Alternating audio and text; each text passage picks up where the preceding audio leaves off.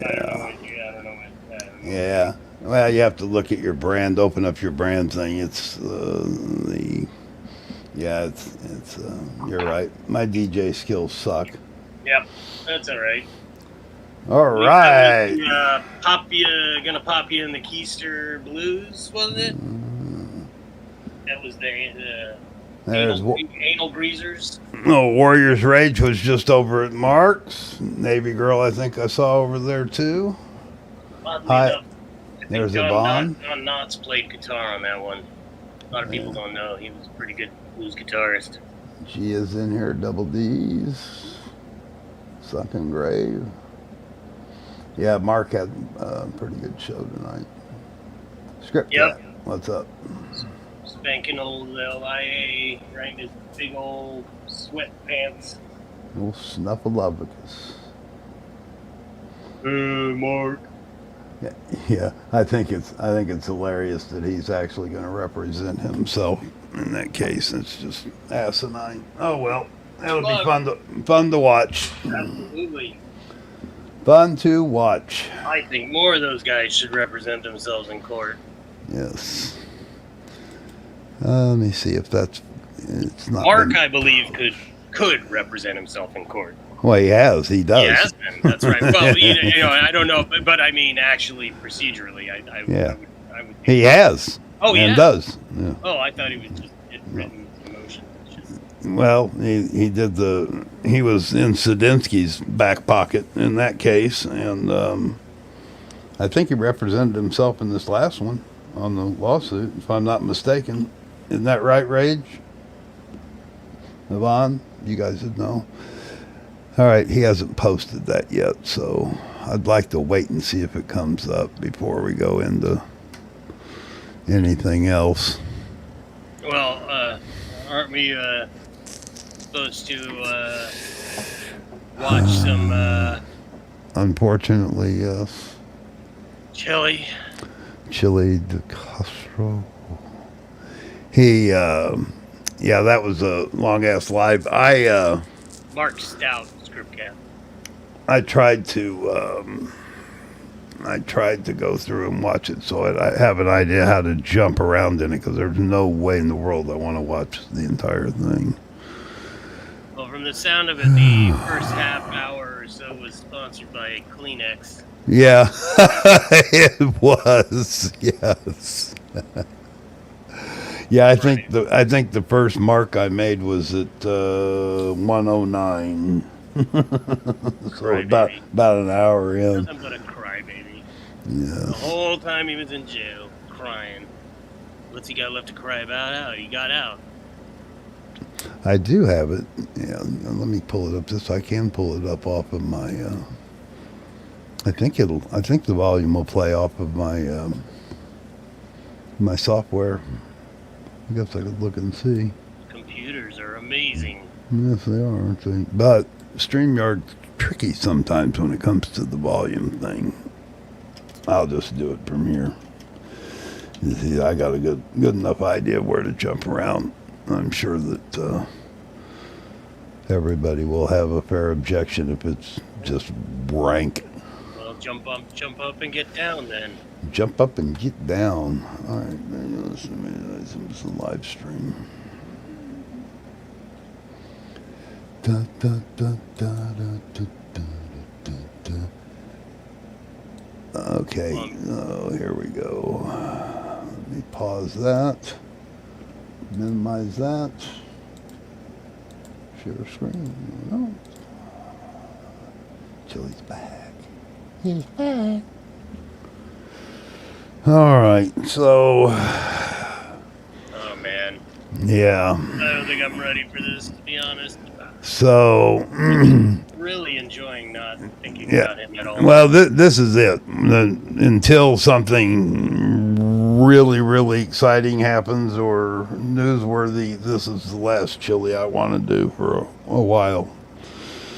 So, and DP's right. The first hour is just nothing but him just bawling.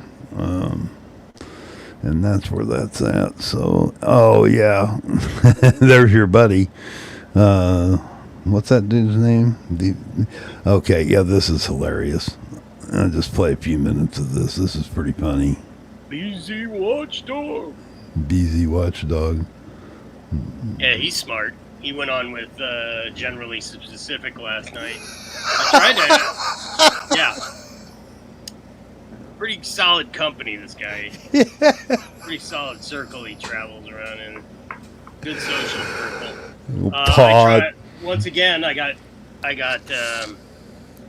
Nothing. banned by another one of these transparency loving fools. Bounced me because Generally Specific wouldn't answer me about whether or not Kaiser's a good guy or not, and then I simultaneously asked BZ what he thought of Kaiser saying he was a combat wounded E8 and making up all this bullshit about his military career, and I got ignored. So yeah, anytime you hear any of these guys yammering about anything about the truth, you know where you can fucking file that shit. All right, we'll catch a minute or two of this and we'll move on down the line. We'll make this no more than 15 minutes of this bullshit to get into. I don't see Michael. I don't see Brian. I think Brian had something to do tonight. Brian got really smart. Sure where he was. But I want to show you guys a couple of things here, and I want to show you. Did he really not exactly know what's what happening they with did Brian? and how they did it? So No. this is the Wow. Well, here's the this deal, is the- Chille. what's He it like left. in jail at the CCD. Yeah, it's funny because he was thanking him and everything for keeping things going, well, but I don't think he realized that Brian kind of scooted away from there. DC in the dungeon right here. Can you turn the volume So- up on the YouTube there a little bit? There we go. This is the actual video here that I'm going to show. So this was the jail layout. You see this here? Let me see what you guys can see here. Okay. So this is what the jail layout looks like. If you guys are unfamiliar with what jail is like, Why you're looking at it right now. It's jail. That's it right there. This is what the dorm looked like that I was in. So if you take a look at this, this is the whole layout. So you have over here, you have the. Can you guys see my mouse on the screen? Let me know if you can see my mouse on the screen. I'm going to show you this. So this is what it looked like. This is the jail. You see these white right here on the right-hand side? Those are the windows. This green area on the right-hand side has a black line at the top and a black line in the middle. Oh, but you can't look out. You can't look out them. These are the tables. So they put these tables right here, cafeteria tables right here. And so this is where you would have breakfast, lunch, and dinner. Then these these little yellow boxes, these are the 7 payphones that they had here where you could call out, collect. And so if you take a look right here, this is called the Sally Port. See where it says jail guard? If you go just north of that, there's a little red line there and a little red line there. This is called a Sally Port. And this is where they had these magnetic locking doors right here. And then they had more magnetic locking doors right here. So then right here where this little door is, was the barber shop. And this is what the bed layouts were. So the light blue squares that you're looking at, that was the metal bed that they stuck a little cotton thing on. And then the dark blue is a bookshelf that goes up about 3.5, almost 4 feet. And then your bed right here is at 2 feet, 2.5 feet. So this is how close you are to each person behind you. So you have the bookshelf separates you from the person behind you. And then right here, there's a little tiny desk where you can put your book and whatnot. So you guys can see that right there. Now, here's how it works. At 3 a.m., you see the 3 a.m. come up there on the lower left-hand side. Where see it says 3 a.m. right there. At 3 a.m., they would wake you up and they would do a face check. So this is row 1, this is row 2, this is row 3, and this is row 4. These over here are bunk beds. You see these 2 little blue squares on the. And you know what? Hey, and you know where this goes? You know where he's going with this, right? Tell me. Absolutely fucking nowhere. Far right by the windows. So these are bunk beds. Where underneath of these bunk beds are drawers for your books and your stuff like that. And so at 3 a.m., where it says 3 a.m. right down here, this is where they would wake you up at 3 o'clock in the morning and they would do a face count. And then from 3 to 3:30, they would serve chow. They call it chow right here at these tables. So these tables right here, just so you know, this little boxed-in area right here, this little boxed-in area, this is called the day room. I don't know why it's called the day room, but that's just what it's called. It's called the day room. Don't know why, but that's the name of what they call it. So now this is the day room where you eat your breakfast, lunch, and dinner. Get to the windows. From 3:30 a.m. until so from 3 to 3:30 you eat your breakfast, and then from 3:30 a.m. till 7 a.m. you're locked back down again. Holy crap, Yvonne. Hell yeah, Ram, love being here, honey. Damn Chille whining again. Good Lord, give me strength. Confused. I thought Chille was an alpha. That's right. Chille, show a blueprint of the jail. Real smart, so whiny. Thank you, sweetheart. Appreciate it. And you got my message about that merch, and you know, if you want to, that I'm more than happy to do that. Yeah, here in a minute I thought it was closer to this. I may jump forward. He talks about what happens if you look out the windows, and I found it amusing, and that was the only part of this I found amusing. So nice. I may skip ahead here. On your bed. That's how it works. You're locked back down again on your bed. That's your lunchtime. Lunch is from 9 a.m. to 9:30 a.m. And then after that, from 9:30 to 11 a.m., you are locked back down to your bed again. Now, what happened to me is my bed was right here. I got up out of my bed to get a book out of the tiny little library bookshelf right here, a dictionary, and that meant I got locked down for 24 hours to my bed. That's what happened. That's how it went. I got locked down to my bed for 24 hours for getting a book out of the library, which was a dictionary, because you people had sent me books. All the people in this crowd sent me books, all kinds of books. I don't know who they came from, so if you sent me a book or anything, you have to let me know who you are so I can thank you, because they don't let me know. They just give me the book and that's it. So from 9:30 or 11, you're locked back down again. Thanks to whoever sent him. During my lockdown, when I was locked down in my bed for 24 hours, I stood up. This guy over here was going to give me some food, so I stood up to meet him right here. And when I stood up to meet him right here to give me some food, I got locked down again for another 24 hours to my bed for standing up when I was in a lockdown. So, you know, let me be completely clear on this. So my blood pressure was 200 over 110, 195 over 105, 190 over 100. 185 over 115. My blood pressure was completely out of control. I explained to the guards that I need to move my body for 30 minutes to an hour every day to keep my blood pressure down. They told me, I don't care. If you get out of your bunk when you're in a lockdown, if you stand up from your bed, I'm going to put you in the hole. And I'm not sure if you guys heard my definition of what the hole was like, but it was absolutely horrendously bad. So then you're locked down to your bed again from 9:30 till 11 a.m. Now, let me show you something here. I can picture I'm just going to go back just a little bit here. So, okay. So from 9 to 9:30, you have breakfast. Okay. From 3:30 a.m. till 7 a.m., you are locked down. Now, from 3:30 to 7, you're not going to, right in this little area right here, this is the Sally port. So these are magnetic doors, and these are magnetic doors. And then this is the hallway that connects your dorm to all the other dorms. So right, sit in this chair, and they have to sit in this chair. They have to sit in this chair. They have to sit in this chair. They have to sit in this chair. They call these the shitters. And then these three here, these are called the pissers. If you ever heard my story from LA County Jail in 2002, it's the same thing.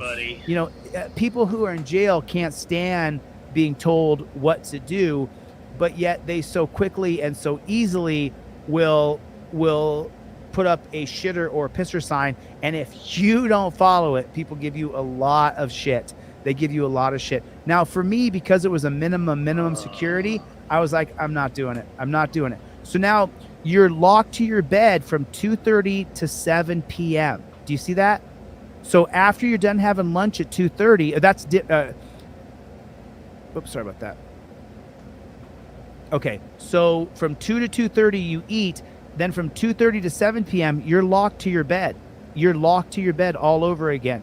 So there's 4.5 hours. You can't get off your bed unless you have to go to the bathroom. You will be locked to this bed. It is absolutely horrifically bad. So now right here. So from 7 p.m. to 10:45, if you're in minimum security, then at nighttime, about twice a week, they'll have you use the barbershop. See the little entrance for the barbershop right there? So that means you can get your hair buzzed or get your hair cut. I went to my fade shop right down the street, and I got a fade when I got out of jail. But this is the barbershop where they give you some clippers, and you're allowed there. You have another inmate clip your hair with the attachments. Most of them are broken, and so it's terrible. And then right here, but again, 7 p.m. to 10:45 p.m. you get free time where you can sit here in the day room. There are some TVs. There's a TV right here, and there's a TV right here that dangles down from the roof. I didn't know how to put it in, so I can just tell you. So you're sitting in these chairs right here on the cafeteria tables. You can watch a TV here, or you can watch a TV here. You can get. Isn't that amazing? All of the pictures and footage we showed of that jail, none of this existed like that. There weren't broken TVs hanging from the ceiling. It wasn't. People were moving around fluidly. I'm gonna need to take. I think I am gonna need to scream into the ceremonial pillow. Okay. I want to find the window deal here. Get on the phone right here, or you can go into the barber shop. It's about 4 out of 5 guards are total douchebags, but there's 1 out of 5 guards. There's 1 out of 5 that they signed up where they can make $100,000 a year. They just got to be willing to put you in chains to do it. And so there's some of those guys in there. I'm not going to say any names because I have another project going with a few of those guards. Gotcha, Patrick. A book with a few jail guards. So I've already set it up. I've been working on it for I worked on it for a long time. I would find individual guards who will come in and talk to me. We've already set it up. I've already been in touch with them since I've been out of jail. They're going to come in, and I'm going to take their testimony on I have 20 different questions for jail guards. So if any of y'all want to meet up with me, I'm easy to get a hold of. But for the guards who were normal, for the guys who were not complete. I'm not talking about the TV show. I'm talking about the footage that I got from Las Vegas. Whoever that is. Somebody said something about Clark County, Indiana. No, I'm not talking about the TV show.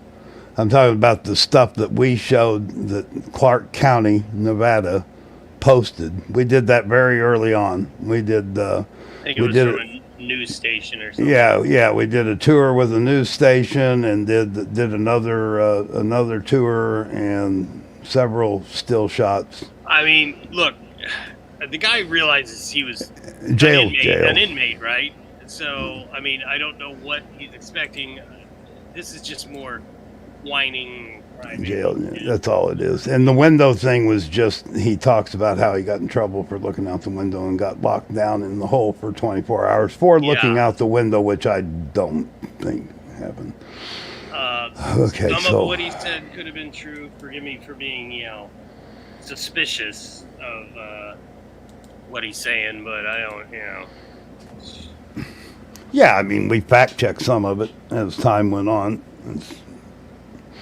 All right. I mean, at any rate, who cares, dude? It's jail. Who cares?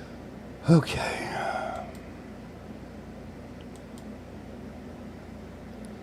All right, Sir Patrick Darcy. Thank you, sir, for getting this up. Yeah, I need a whole dose of somebody saying sensible things. All right, here we go. Today is a very special video. We're going to go over Chille's Turn the volume up. Now, I got my fair share of criticism and what happened type of things, and that's fair. That's okay. I'm going to tell you right now that this was a very easy case to win.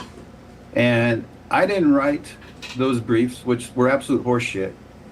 In fact, I had no problem finding Nevada authority for the things that they couldn't find Nevada authority on. If you go back in time to November, I was the first and only lawyer to call out these statutes, the obstruction resisting charge, as being, in my book, unconstitutional. Now, that doesn't count for a whole lot because I'm not a Nevada lawyer. And I said, these are bullshit statutes. I wanted them overturned. And since Chille is the Terry v. Ohio guy, I thought, when would ever happen that he gets busted for two statutes that overlap each other and could be overturned, and a freedom to, it's a threat to our liberties. I was saying all this in the videos. For those of you who want to call me bootlickers, I mean, come on, you got your head up your ass, all right? I'm saying I think these statutes need to be attacked. And if they're attacked, what happens to Chille's conviction? It gets overturned, okay? But it can only happen really in an appeals context. So he'd have to get convicted first. I predicted he would get convicted. Hey, it rhymes. I'm a poet who didn't know it.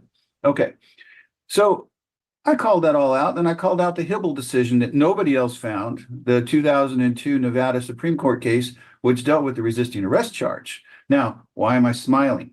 Because if you really think that I let out all of my thoughts and ideas on this case before the decision came out, voices cracking, you're wrong. I always hold back some stuff under my sleeve. Do you know what made Hibble really hilarious? Come on, you got to give me credit here. It cites to Terry v. Ohio, a Nevada Supreme Court case. And do you know what the guy got for in terms of a sentence for being found guilty of obstruction, although a different statute, local ordinance, I think, and resisting arrest for refusing to give his name 11 times or something like that. I got other things to work on. He got a $250 fine. So if the lawyers were paying attention that were representing Chille, the first thing they would say to Judge Zimmerman is, hey, Judge, we got a Nevada Supreme Court case here. Nevada, remember the word Nevada, that's where you're located, okay? To argue out of circuit authority is like a dying gasp of a guy who can't find the law. I said back in November that I thought that the statutes were unconstitutional. Now, I already had Hibble in my pocket where it said it was constitutional. The problem was, as I said back in November and December, was that the obstruction charge was iffy because of how it overlapped resisting arrest. And lo and behold, I was proven right. In February, the Wilson decision came down. So they also eliminated the requirement for a lawful order, which is, Brandon Bork said on the stand, I gave a lawful order. Well, he was reading the statute before he took the stand. So I was right about all that, okay? I was right that he would be convicted. I was right when I said, and the videos are there where I said that I thought they were going to string the sentences together. This was 3 months before the trial, and they did.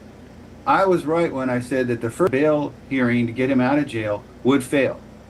That brief, do you guys remember what it said? I do. The prosecutor, Agnes, destroyed it. Also, Orem, as you'll remember, argued the wrong reasons for Chille's conviction. And as I said before the hearing, if you're going to build the record now, you don't want the judge reinforcing what she said. And what did she say? She looked down at her notes and read out loud for the reporter the exact basis for the conviction, steering away from First Amendment. I also predicted in December that it would be officer safety as the basis for the conviction. I also outlined what I thought would be the 9 issues for appeal. I got all of them. They did less than the ones that I had suggested. Now, how many issues were really argued for appeal by Chille in his appellate brief? And by the way, they would not even count as appellate briefs if I haven't already told you that. California would reject these on their face. They have no table of contents, no table of authorities, no statement of contested issues, no undisputed statement of facts. I mean, they're garbage. They would never get off the ground. Reject, reject, reject every single time by the clerk. Anyway, he listed 4 grounds for appeal. The only one he prevailed on was the First Amendment question. He lost on whether or not the statutes were impermissibly overvague and broad. What a bullshit argument. The Wilson decision has already said for obstruction that it's constitutional. Hibble, which they didn't find, I did, said that the resisting arrest charge was constitutional. Constitutional grounds, it's already been established. So that was a bullshit argument that was raised that had no places in the briefs, but of course they gave all this attention to it, although it was all superficial. Ineffective assistance of counsel. I told you it would lose, and it did lose. The idea that Michael Mee is incompetent enough to cost Chille the trial has never been proven. All right, it wasn't proven in his 4-page brief that Orem said had to be in conclusory terms. There are constitutional issues here, Your Honor, that have to be addressed. there was no argument ahead of time to have the court decide these things, and then the people got the trial brief right the day of trial. Well, in your appellate briefs, where the hell did you say what statements that Chille made that warrant an exoneration? I didn't see it. And, I'm sure in your state, just like mine, there is well-known appellate authority that says, I think it's the Carrington decision, if you fail to cite specifically in the appendix, and by the way, I got a laugh out of some lawyers who didn't know what AA meant, which just tells you they don't write any appeals. The appellant's appendix, not the one down here or wherever it is, it's the actual source materials that the appellate court looks at for the record. Anyway, nowhere in the appellant's appendix, or at least nowhere in the brief, did I see the exact words that were being challenged. The appellate court would say, hey, dude, I don't want to look for this for you. You tell me.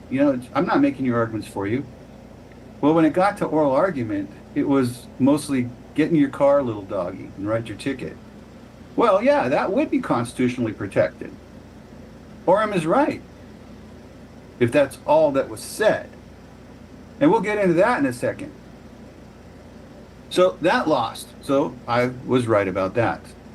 Another one, which was judicial bias. I told you it was a loser. Watch Judge Levitt's facial expression. Up until that point, she's nodding her head. She's giving Orem the green light that he is scoring points. When you're in an appellate hearing, and by the way, Orem's trial experience really showed through. I give them all the respect in the world for coming in prepared. Orem did all of that great. And what did he do? He steered a non-First Amendment case into a First Amendment case. I'm convinced after watching the tape a couple of times that the prosecutor didn't know shit about the case. Why? Because he couldn't argue anything. I handled one case 2 years ago with 4,000 exhibits. I cross-examined the main witness. So on 3 of the 4 arguments made to free Chille, he loses on those 3. So you got to give them to me. Now, on the one that he won on, that had nothing to do with me.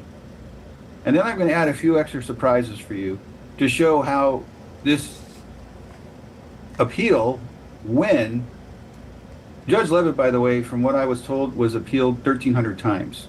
Okay? So you've got a DA that doesn't know the case. You got Orem that knows the case. And you got a judge who is familiar with the case, and she asked some really good questions of the people. One of them was, so what was the obstruction? My God, would you be ready for that question? Michael Mee, ineffective assistance of counsel. I'd say, wait, hold on a second. They're using him as trial counsel in the federal case. And in the federal case, that judge, as I remember it, already said that there is probable cause for the arrest. So Judge Levitt, not only would you, if you were to say that this arrest or detention was unlawful, you would go against a federal judge who's looked at this and Judge Zimmerman. So maybe we need additional briefing on that. Now, Judge Levitt is going to be cautious and go, whoa, what are you talking about? And then I would say, if I was the prosecutor, Your Honor, let's roll the 12-minute videotape. Oh, yeah, I knew how many minutes it was. Remember that? I would say, let's look at the encounter. Now, I'm going to show it to you. I'm going to show it to you. And I'm going to ask you this question. The way that Orem presented it was, Chille was told to step back, and he stepped back. Now, maybe he didn't step back enough, and maybe he was insulting, and maybe he was annoying. Even Wilson says that. And, of course, Orem brought that up. But what Orem did was he did talk about the exception, the Wilson exception, as I call it. But he stated it in a way that made it obtuse, more like, so what? It doesn't really apply here, when it plainly applies. And what did our district attorney guy do? Nothing. Sleep at the wheel. The only 2 times he objected is both times Orem backed down quickly. But in fairness to Judge Levitt, she asked the DA, do you have anything more to add? The DA got trapped in Orem's argument that this was a misunderstanding, that he didn't know how far to back up. I listed what I thought would be the grounds for the appeal. They put 5 of the 9 ones that I listed. Now let's watch.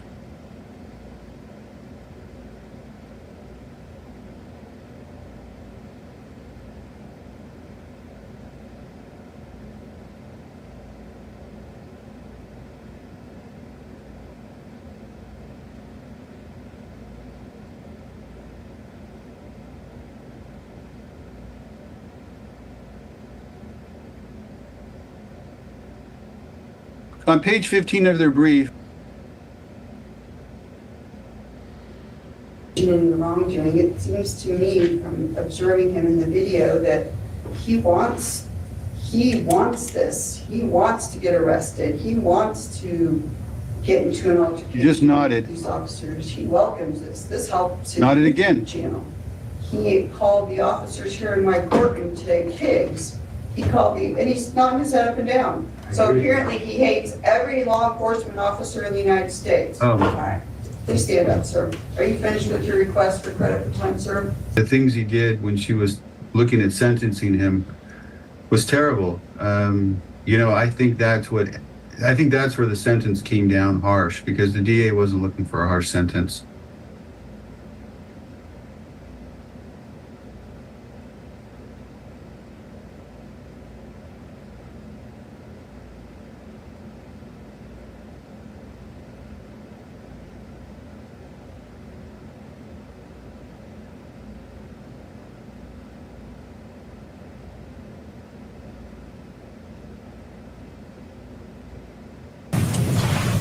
He said that, he told me to back up, I backed up a little bit, then he said, she deserves privacy. And then I told him to go get in your car, little doggy, and write your ticket.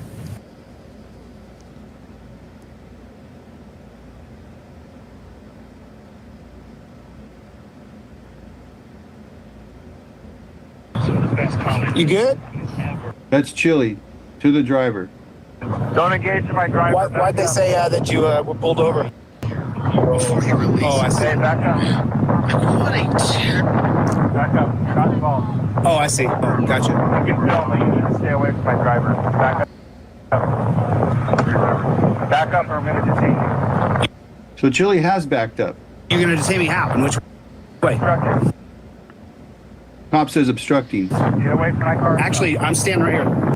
Now that to me is defiance. I didn't hear any of that being brought up by Orem. I'm at least 10 feet away, officer. I gotta tell you, I'm a constitutional law scholar. You can do whatever you want, but just understand something. Your name will go on the law, sir. Mind your own fucking business. Not your business. Mind your own effing business. Did you hear that discussed at oral argument? Would you consider that a cooperative or an obstructionist statement? Combined with, I'm standing right here. Standing right here sounds like he's not going to move. On the law, sir. Mind your own fucking... Now, we're back to obstruction again. It was never mentioned in the appellate briefs, and it was never brought up by the prosecutor. Not your business. Mind your own business. That's the second time. Mind your own business? That's Chille. That's obstruction. I'm a member of the press. Go get in your car and do your job, little doggy. That's the third time that he's basically telling the cop to F off. Now, Orem took this statement out of context. Go get in your car and do your job, little doggy, is not a statement made to cooperate. That's obstruction. Okay. Go feed her. You're being detained right now. Okay, then detain me.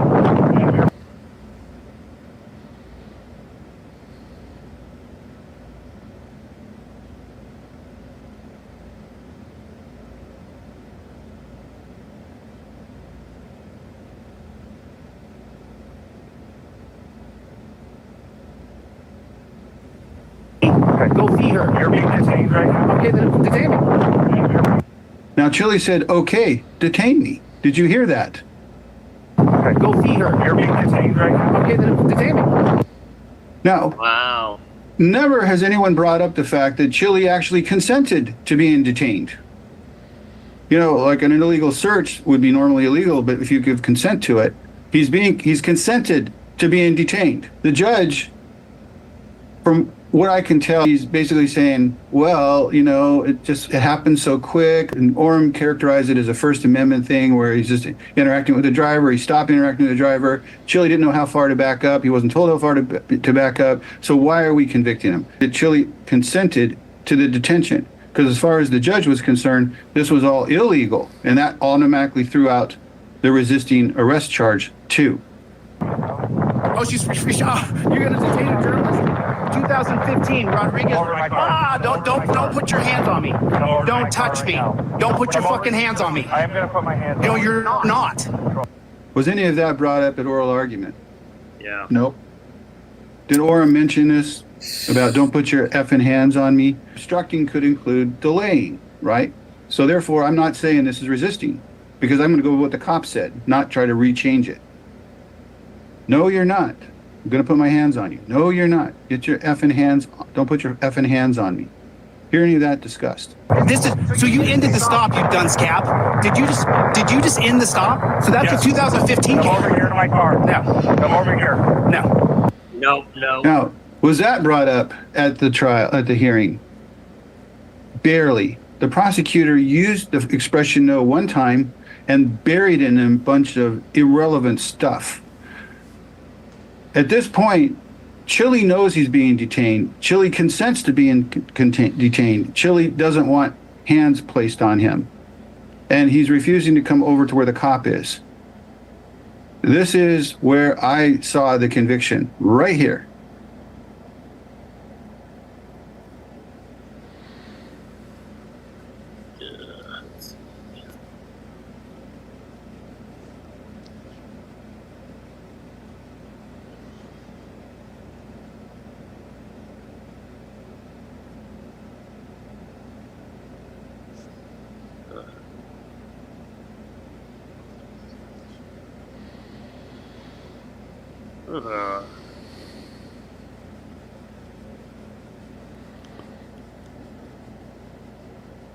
Hopefully you guys can all read that.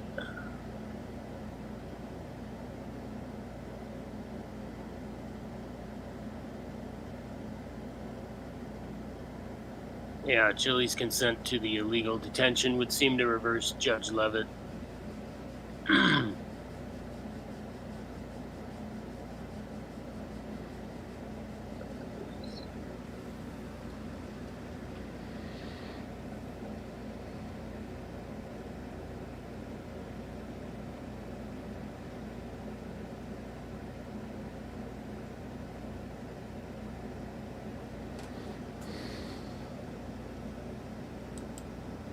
Uh-huh.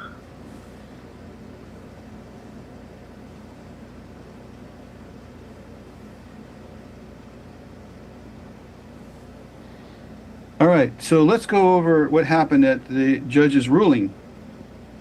Did she make a ruling that Judge Zimmerman was biased? No. I win on that. It was the First Amendment language that would allow him to avoid being convicted. Show it to me.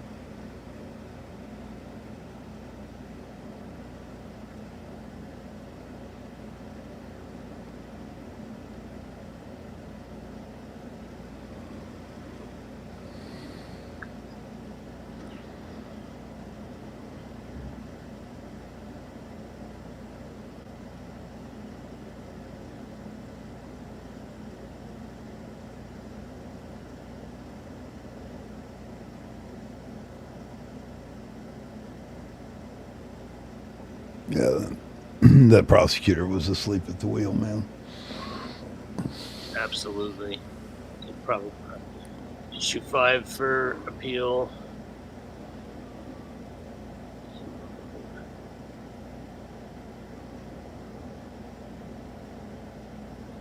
Yeah, Script Cat. I mean, I find it interesting, and it is, it is. I don't know what any of this could lead to in the future either. Overcoming the constitutionality of the statutes.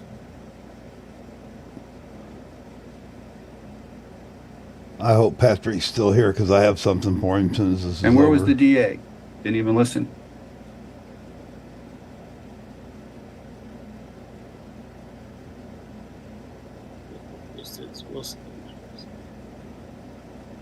I said, even though Orrin was throwing me under the bus, where was the prosecutor on this?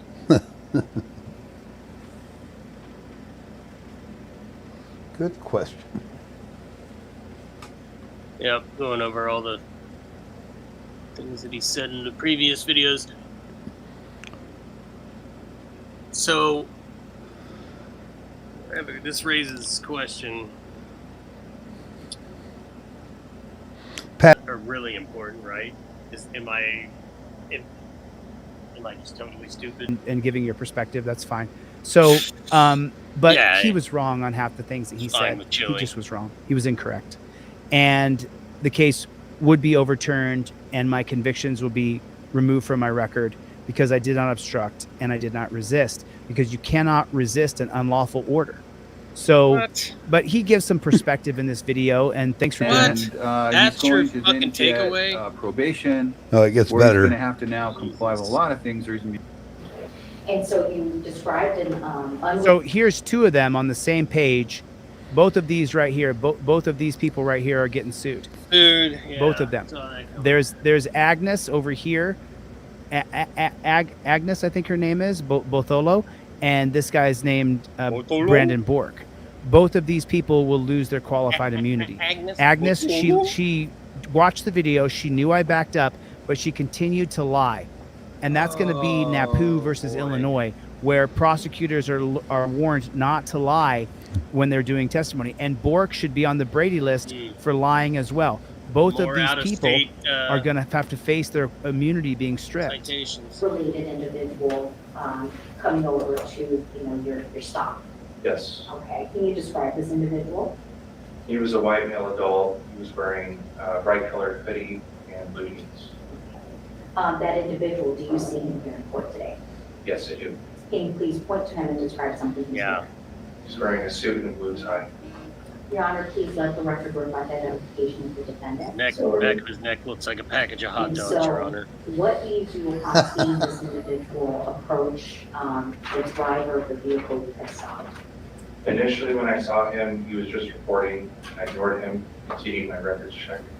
Then when he came over to the driver and started speaking with them, I got out of the car, approached the driver, and told the passenger to back up. Okay. And so when you Can asked you the pause it defense for a to second, back up, Ram? did he follow Because I you? don't want to lose this comment from Sunken Grave.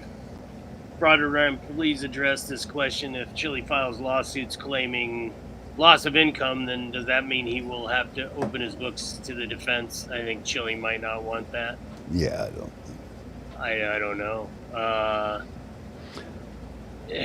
Who knows what he's going to sue for? Right. What? That's why.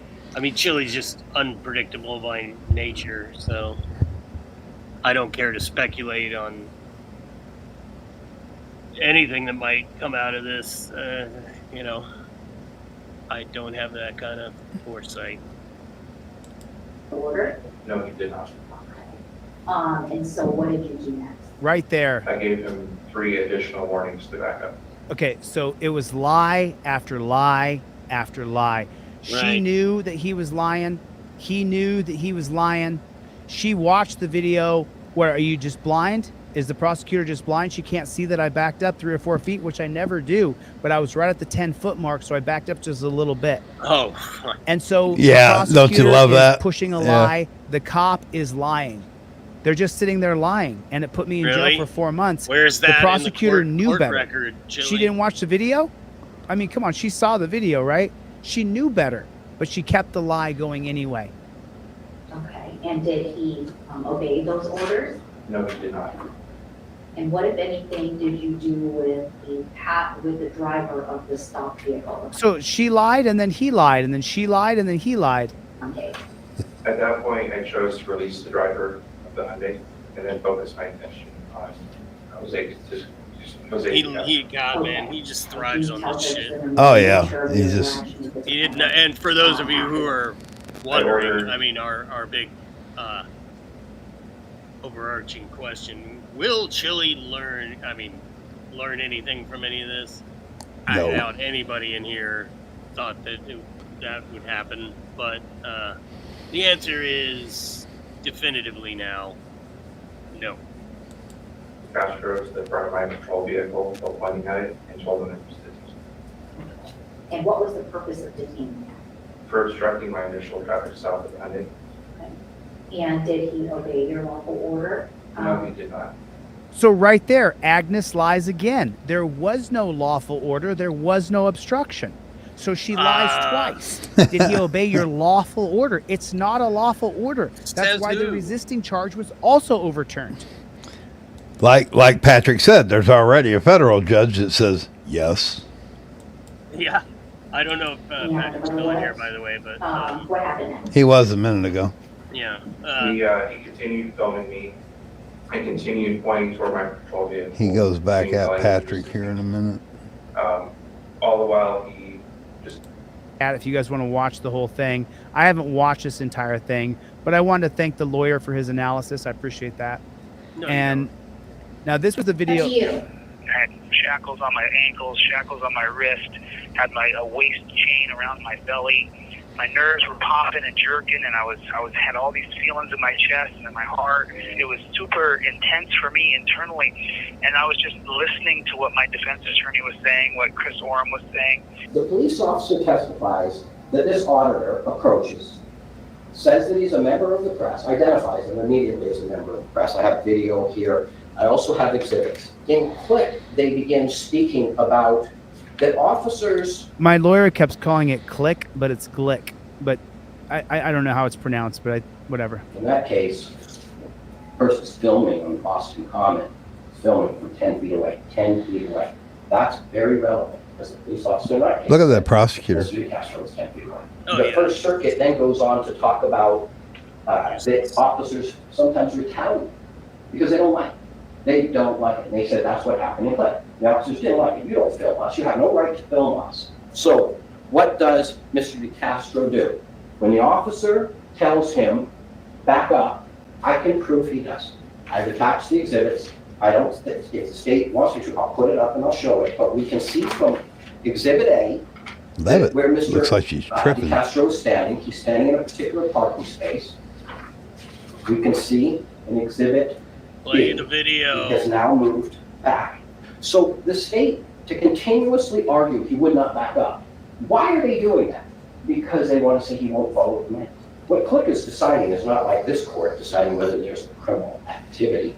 Click is suing the officers, and the officers are over in federal court saying, oh no, give us qualified immunity. And the federal court said, no, not for this. You're not getting, for arresting somebody who's filming, you're going to get sued. You're not getting qualified immunity. You're going to have to fight. Exactly what Bork will have to there's our buddy Brick Jonesy, a literal brick, by the way. deal with. He's the one that wrote a love song about Chille. He took it down off his channel. I forgot I didn't snag it while it was up, but it was so lame. But anyway, he also hangs out with that generally specific guy now. He's his little lapdog.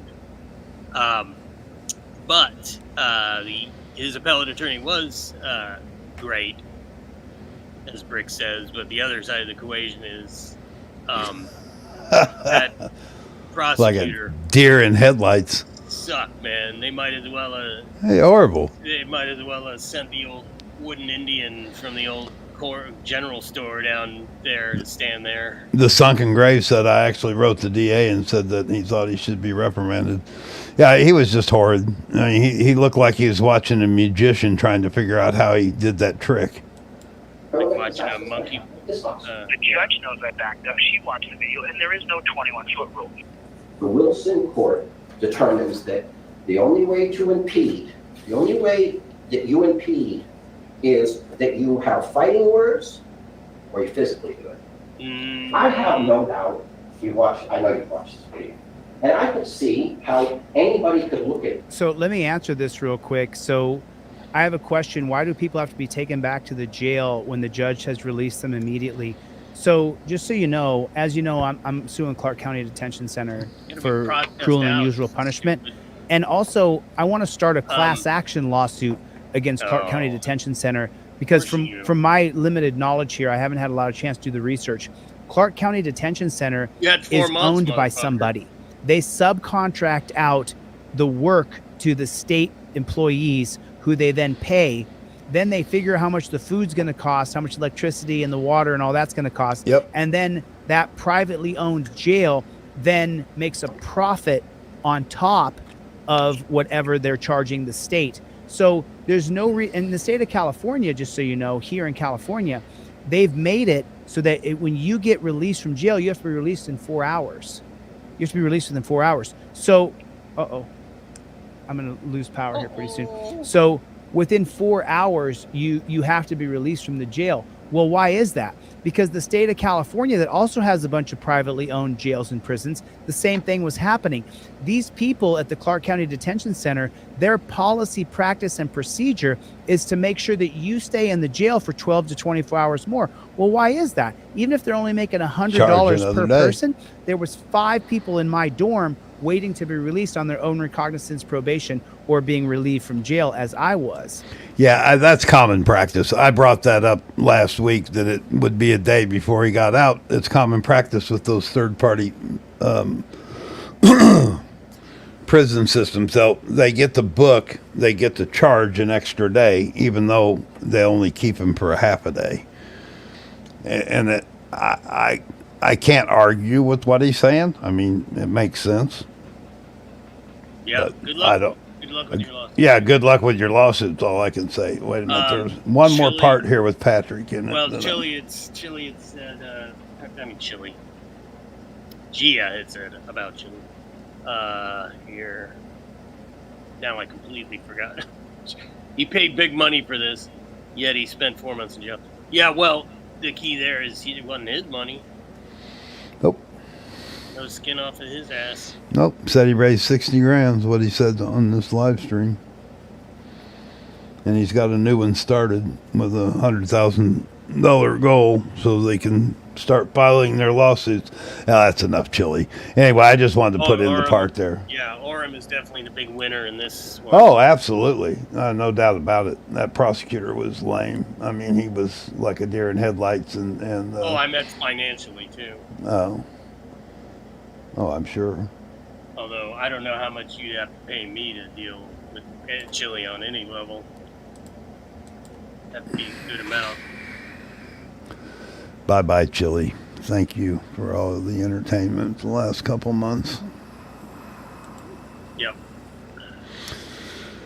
I mean, I gotta keep track of his various lawsuits, but I could use a little vacation from him.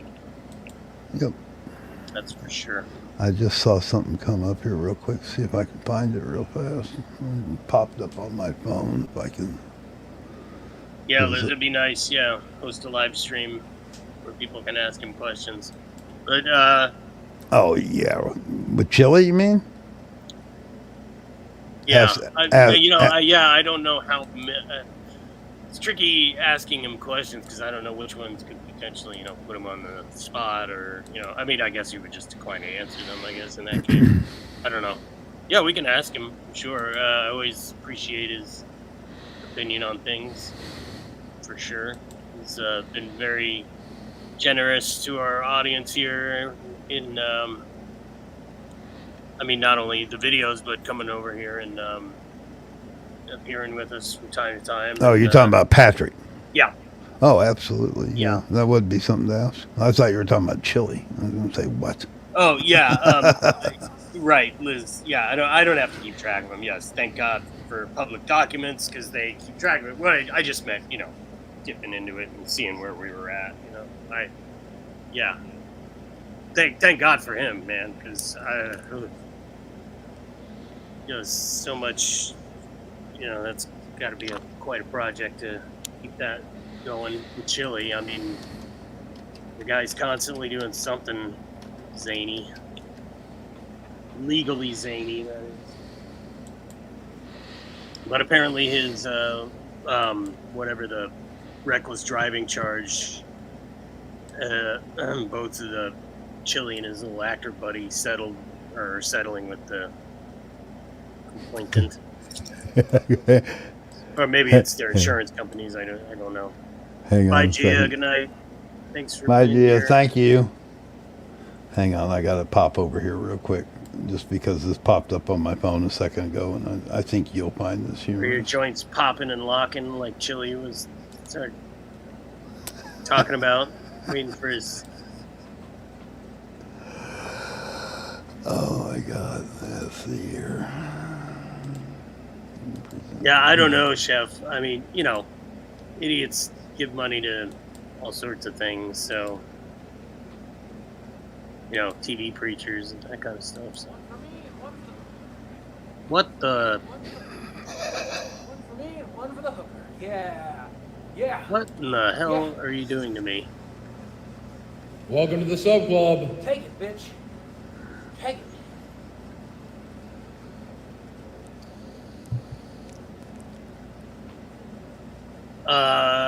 Finished already. I'm sorry, guys. I tried really hard, but I finished. We'll figure it out. And feel the power if you lay your hands upon the cell phone or the computer. It just happened to pop up on my phone. I thought it was. Dear God. They had a picture of the your buddy Todd. Let's see. There was a picture that came up on my phone too. Here, right here. This guy with no shirt on behind Jeff. Oh yeah. Just cooled off. You're nutty. Yeah. Right. I had the tiny terrorist. There's definitely fun over on that channel. Yeah, certainly is a lot of fun over there. Yeah, yep, they're nutty. They're a nutty group, aren't they? Well, I gotta get rolling. I know you do. So. I didn't use the ceremonial pillow. I really thought I was gonna have to, but thank God you kind of skimmed through. Right. Skimmed through because I was getting close. No, I'm done. Chille is done. Done. Yeah, I'm so tired of him. He's a tiring individual. Just when I think I'm out, they pull me back in. Oh, that's not the one I wanted. Hold on. That's the other one I wanted. Damn it.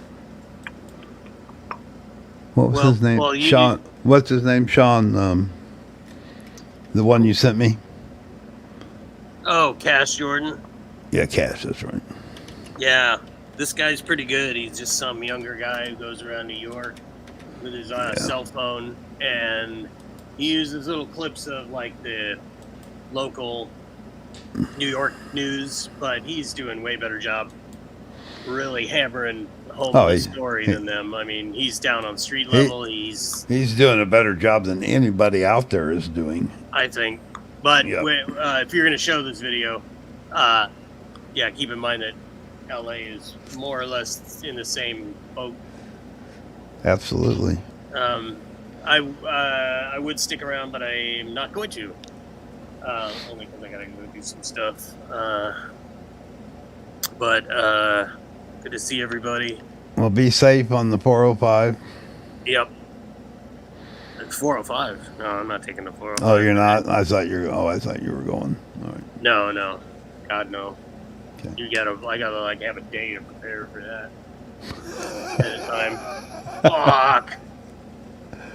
Yeah, man. Well, be safe. Be safe anyway. Never good to drive on. And don't forget to pump your gas if you're stopping by it. Oh, man. Sorry. The timing's everything. Suddenly, don't feel so bad about leaving. Inside joke, people. Yeah. Just having fun with my buddy. Yep.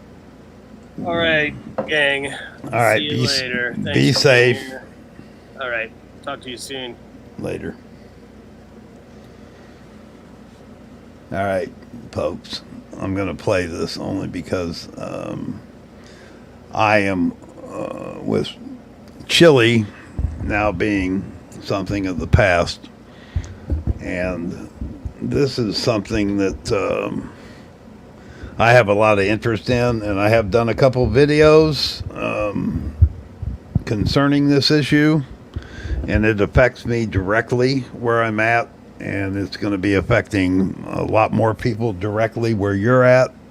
We'll come to a neighborhood near you real soon, and if it's not your cup of tea, I'm sorry, but it is certainly entertaining, interesting, and factual.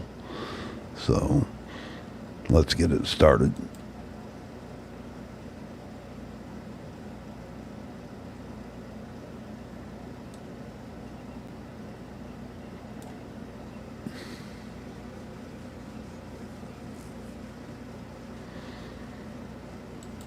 Well, if I can get it to come up.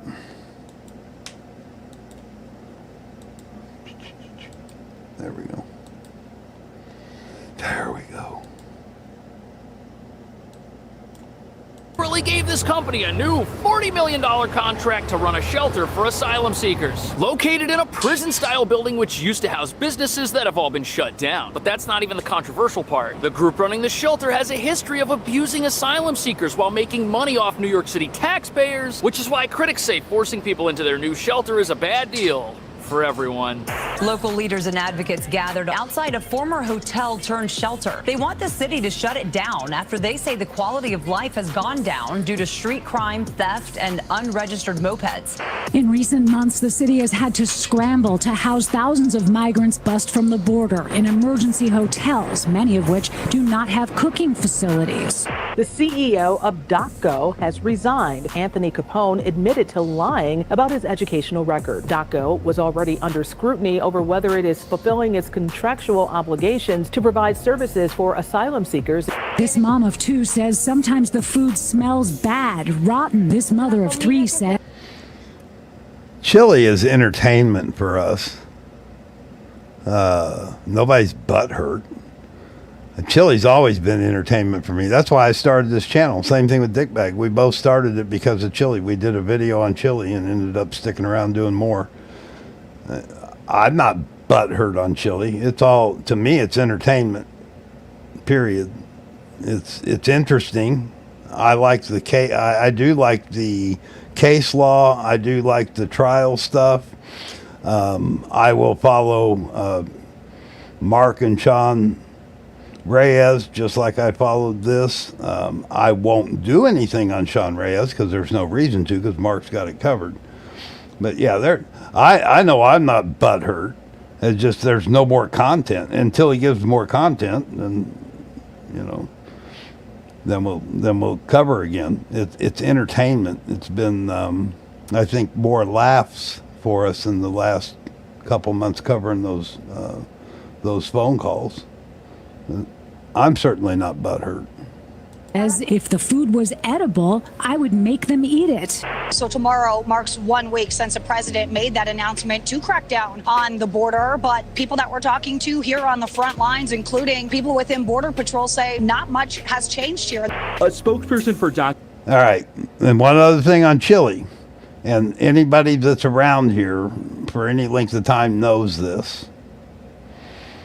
We spend all our time just basically debunking everything that he says. We prove that he has a criminal history. We put the paperwork out there. I mean, it's just been a matter of Chille says this and the evidence says that, and vice versa, and back and forth and so on and so forth. So, and it all started, for me, it all started with the Kate Peter trial. And that was my very first video, and I found it hilarious, and still do. I still find it funny. So. Go responding in a statement saying they've received assurances from the mayor's office that New York City intends to fully pay .go for services delivered under this contract.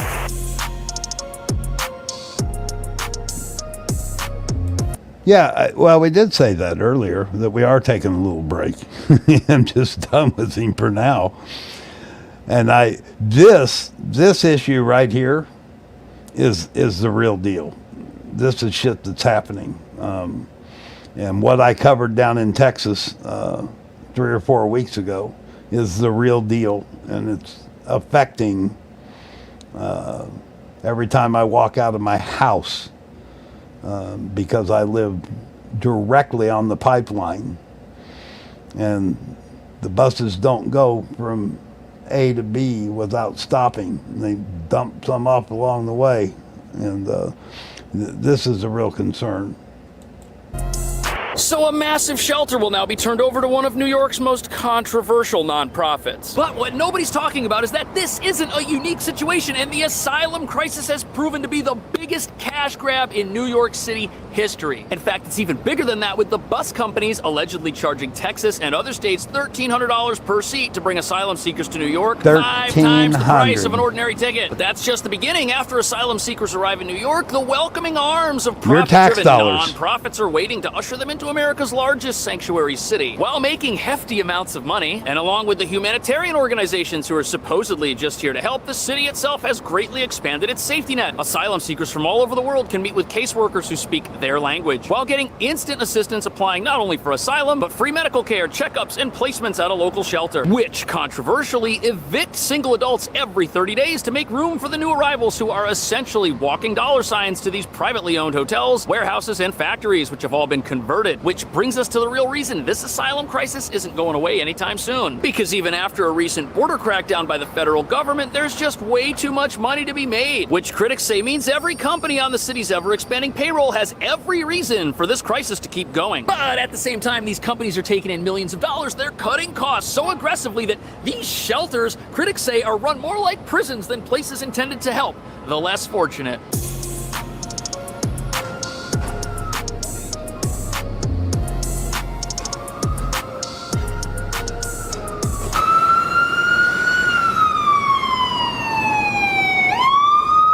This here is one of the other shelters this company was involved with previously, and before we talk about the new shelter that they've got, the stuff that was going on in here, this is where all the controversy around them first started. Controversy tonight after loads of food meant for migrant families got thrown out. Raw, cold, and expired. That's how refugees living here at the Row Hotel describe the food they're being served by the city.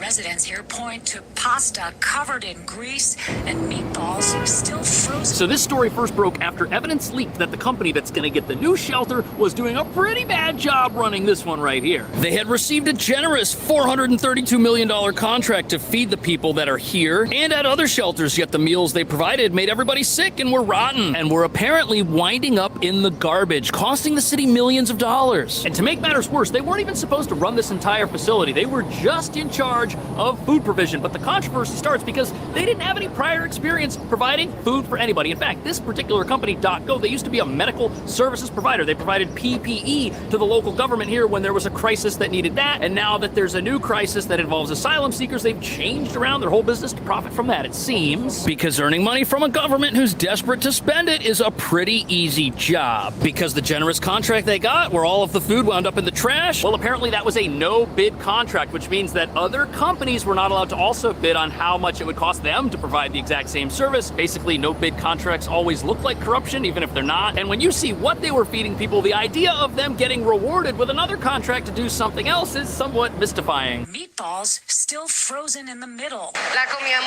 This mom of two says sometimes the food smells bad, rotten, and every time the children eat the food like that, they get food poisoning. But Mayor Adams implies the migrants are just being picky. Come on, food poisoning in modern America in 2024? Are you kidding me? That's ridiculous. There's no excuse for that, especially when the meals at that point in time were $11 each. Yet now these folks are being awarded with the opportunity to do more of their same great work for the government. But perhaps they've changed. Perhaps they've reformed. Perhaps that now that they've gone from providing PPE to providing food to just a general humanitarian services provider, maybe now they've got their act together. But you've got to wonder, if they were already caught cutting corners while feeding the people that are in this shelter, what are they going to do when they have a shelter of their own? What corners are they going to cut to save money on that one while getting paid to do it the right way? And are they even telling the truth when they say they're up to the task in the first place? The CEO of .go has resigned. Two on your side has learned that Anthony Capone admitted to lying about his educational record, which claimed he had a graduate degree from Clarkson University. The university says he was never even a student there. Capone admitted to the... So not only is this a brand new company that changes its business model every every time there's an opportunity to make money, the CEO even lied about going to college. Yet they're still in business with the city. And that makes you wonder, what else could they be lying about? Who else that works here is underqualified? Or worse, is totally unqualified to be helping people that are in a really dire situation? It's also worth mentioning that the city bears a lot of responsibility for this. After all, none of us would hire a plumber who had no reviews or bad reviews on the internet, yet that's exactly what the city did. They've essentially gone and hired a brand new business to do a brand new task for the second time after the first time went poorly. And what's ridiculous is we keep hearing about how important it is for background checks to happen for the asylum seekers, yet the government's not doing its own background checks on the companies it hires to take. And the whole thing is, the big picture is, when does government ever do anything right?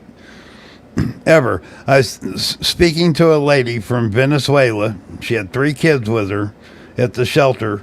What's today? Tuesday. It's the day before yesterday, Sunday. Legitimate, had her hopes. I mean, spoke good broken English, had prepared for this, busted her ass to learn how to speak basic English. Not even close to where her destination was, which was, I think, the Chicago area, and stuck here. Not where she knows. She doesn't know anybody. A legitimate, what I would say, a legitimate immigrant eligible for asylum. Not a criminal, not a hoodlum, not a legitimate, and got the short end of the stick. Now, fortunately, she stumbled across an organization here locally that's a good organization. They're going to do what they can to get her where she needs to be, because she does have relatives in the area wherever it is she's going. I think it was outside of Chicago. But the government gets involved in crap, regardless of what level it is, and it's ruined. It's just ruined. The concept's not bad. It's just they ruin everything. Care of them. But what's even more controversial about this is that in America, we don't reward failure, yet it seems like that's exactly what's happening here. This company, they're getting a do-over almost, and apparently it was agreed to in secret, which advocates say was done on purpose to make it look like the city was holding people accountable for what they had done in the past, when in reality, no such accountability was even being asked for. New York City's comptroller rejecting a $432 million contract between the city's housing department and DocGo, saying the organization, as a medical staffing provider, had no business receiving the contract, and alleging DocGo is seeking to make a profit off a humanitarian crisis. There were a number of concerns. The city comptroller also... So as it turns out, the same day the $432 million food contract for shelters like this one was canceled, this company, they got a do-over. They were given a new contract in secret, which makes absolutely no sense when you look at the comptroller's reasons for canceling the more expensive of the 2 contracts. The comptroller rejected this company because he said they were not a food provider. They were a medical services company. And he also mentioned reports of the people that work at this company mistreating those they were supposed to be taking care of. But it gets even worse, because the former CEO, who lied about going to college, went public saying that this contract was going to help them move up the chain and get contracts with the federal government worth billions of dollars. $4 billion to be specific. Right. That's a lot of money. And to go out and say, yeah, we're doing such great work here in New York that it's going to help us move on to bigger and better. Can you imagine if the federal government had signed these guys up? But to be clear, it's not just this one company making millions off the asylum crisis. The thing that's really shocking is how much these non-profits seem to be driven by profit, cutting costs at a time when all of the expenses needed to care for people are already covered. Pretty much every company that's in on this cash grab, not just the people that own this hotel or the company that provides food for it, they all know what a money-making opportunity this is, and they're only going to make more money as this crisis continues to get worse, all while the people paying for it and the people that are in it suffer. And this is all happening right here in New York with no signs of slowing down, even while the country says that it's doing what it can to crack down on the border and limit how many people pass through, which means the asylum crisis in New York isn't going away anytime soon. What DP was talking about when he was checking out, he said, don't forget, this has already happened in LA. I mean, DP is personally going through some things personally because this had a direct effect on him professionally. and the Bay Area, LA, the Target stores shutting down. I mean, they've already been going through this for the last year. This New York City thing has been going for a while, but this is all relatively recent. I love, between Liz and Yvonne, you guys got it, man. I love reading your stuff. Liz is spot on all the time. Yeah, this is just horse crap. It is. I watched three videos in the last 24 hours this guy's put out, and every one of them is spot on. And what a great job he's doing for an independent with a cell phone in his hand. There's somebody being productive with a cell phone.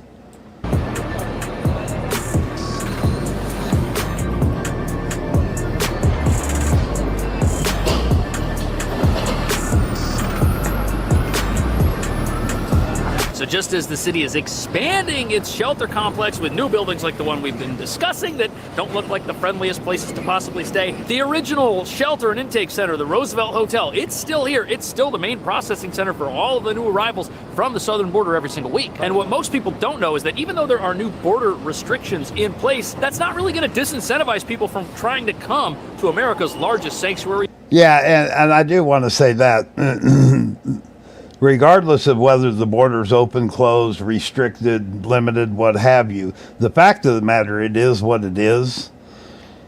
And from a humanitarian standpoint, for these people to be treated this way, I mean, all I can do is shrug my shoulders. It's like, you know,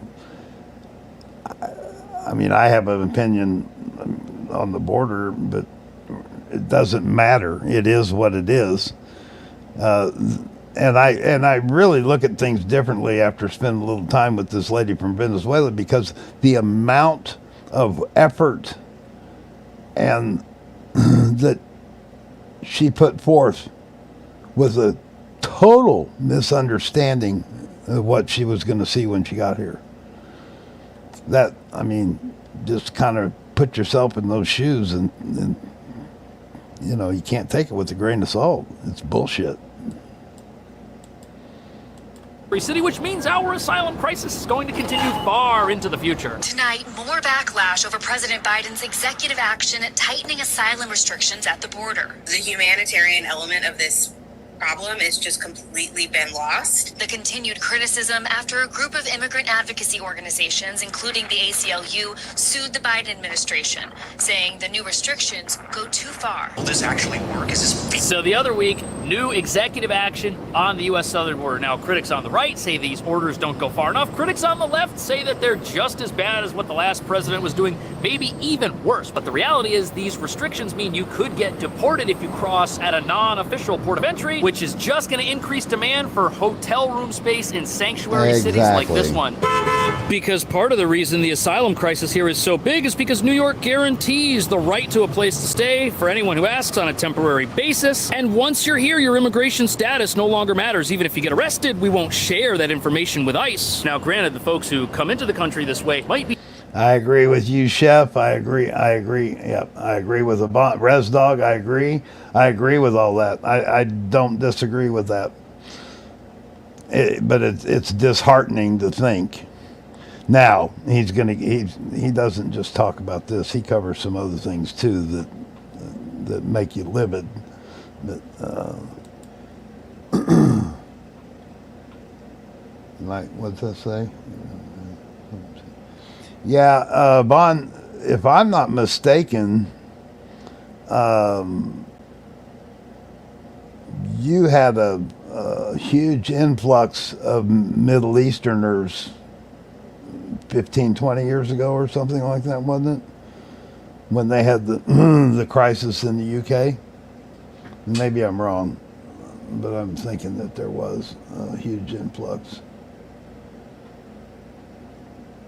Yeah, I just, this is something that bothers me enough. I'm going to get involved in it. Matter of fact, I told DP I might even ignore my channel for a while because I've got a little bit of time on my hands, and it's already affecting us socially here and economically. And I don't know what. But, yeah, I don't know.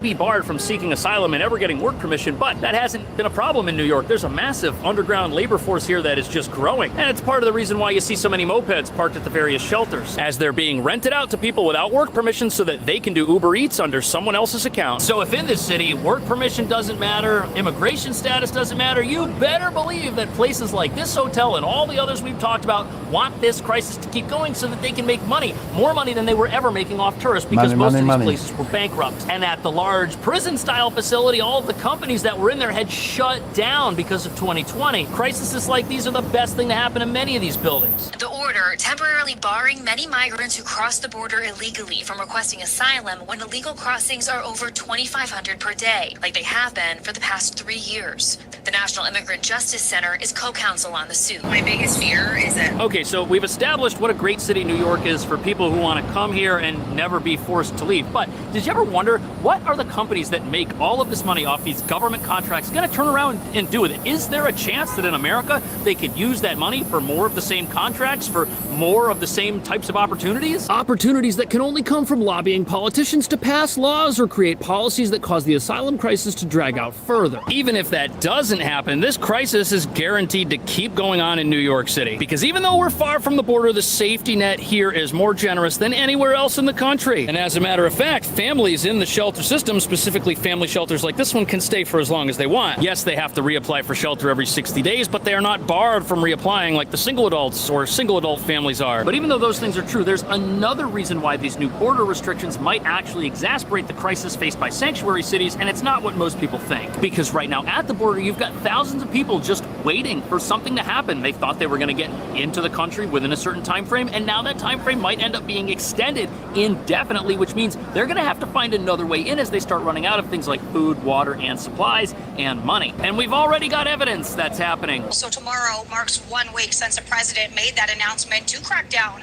on the border, but people that we're talking to here on the front lines, including people within Border Patrol, say not much has changed here, and the numbers that we've actually obtained from sources reflect that as well. You know, part of the reason for this non-decrease in crossings is because there's another group besides the hotels here in New York that can make a lot of money off this crisis even before people enter the country, and that would be the cartels and smugglers charging hefty fees to get people around the border. Those groups now have way more customers now that the border is restricted in some manner, because all of those people waiting need help getting in. They can't wait forever, and I'm sure they're willing to ask for whatever little money people have left in order to get them through on their own terms. And since the folks coming in know they did it in an unapproved way, where do you think they're going? Probably not Texas or Florida. They're gonna want to come here to New York. And what that means is you could potentially have thousands of people coming to New York City who are stranded in the sense that they can never move economically up the country's ladder, because it may take years for many people that come into the country this way to ever start working legitimately, which means the amount of time they're gonna need access to a safety net like the one found here in New York is gonna go up. Getting on their own feet, moving out of a shelter, that stuff's gonna take a lot longer. And although the idea of entering the country without the means to ever get started here sounds like a bad one, you've got to remember many of these folks are out in the desert right now running out of supplies, and getting into the country quickly is their only option. And the executive order is not acting as a deterrent whatsoever, because we are still seeing groups like in San Diego where hundreds of people are crossing. Also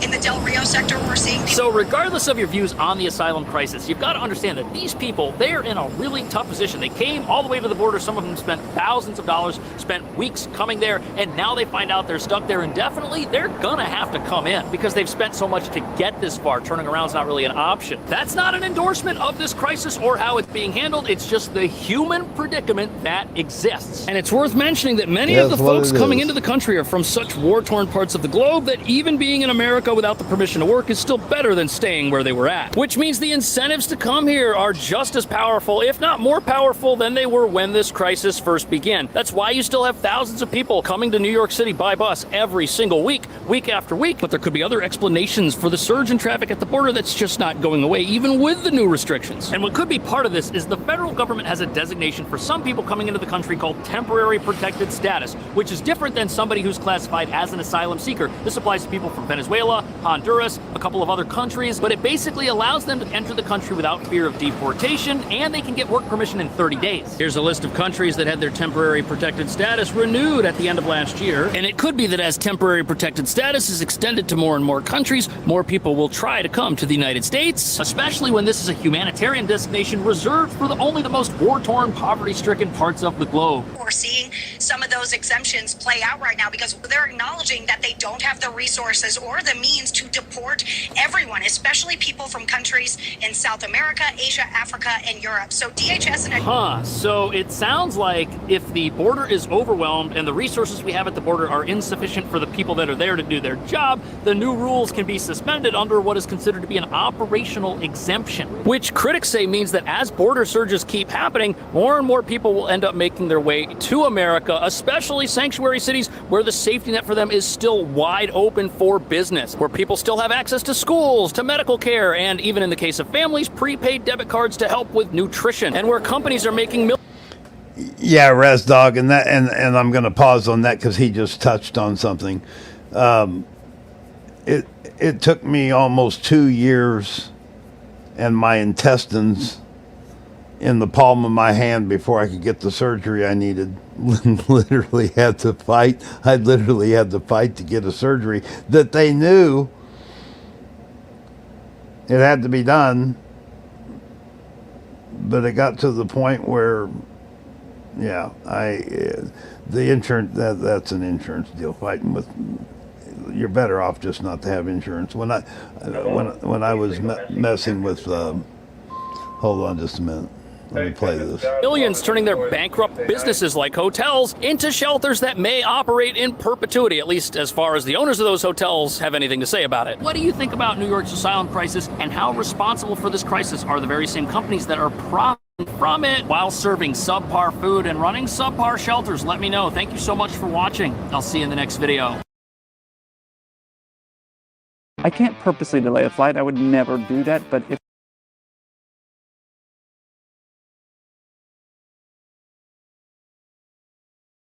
Let me unmute this. Yeah, what? Sorry, there was a data call coming in on the other computer, and it was making a bunch of noise. So, what I was hitting on was, yeah, I don't even want to go down the makeup because DP's in the same situation. He's got some physical issues. In 2016, I had some skin cancer and was dealing with some stuff. I did not have insurance at the time, and I was actually getting better treatment, and it was more affordable for me not to have insurance. Go to a small country hospital, get there was an oncologist that donated some of his time. I mean, there were just sorts of things available for those that didn't have insurance. And every time I had any kind of treatment, if I paid 30% down, I'd get the treatment, plus I got a 30 to 40% taken off the top, which is, I guess, how they balance with the insurance companies.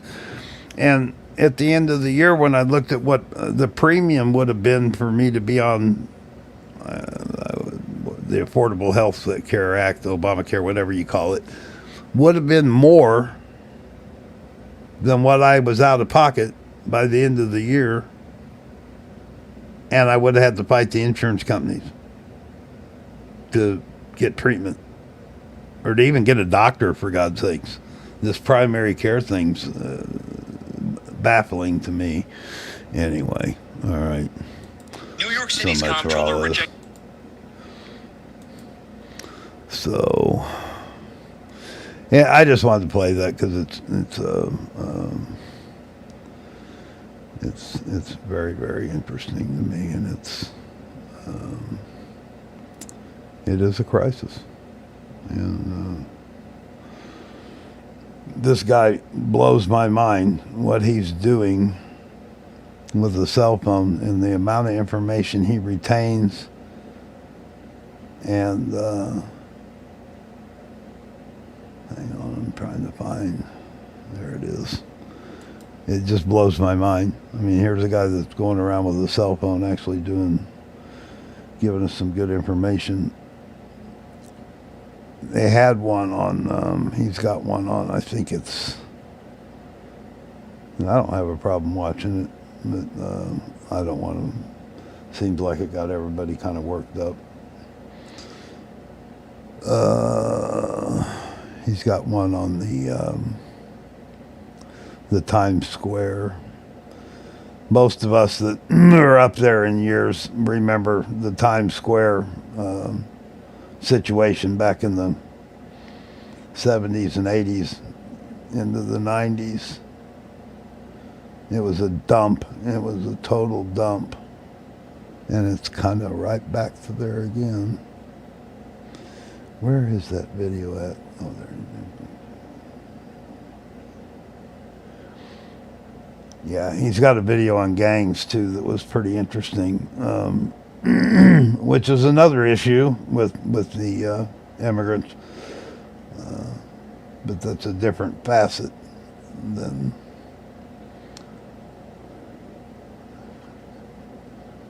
And he thinks that this whole New York City thing is absolutely on purpose because the amount of money being made. All right, let's get back over here and see what's going on.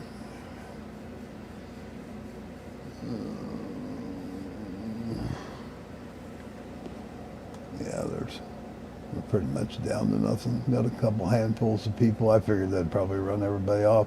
I think I was talking to I was talking to Warriors Rage today, and I said, yeah, I'm probably gonna take a break and get involved in some of this locally, and not that I can do anything on a large scale, but I feel like that if I can be of help.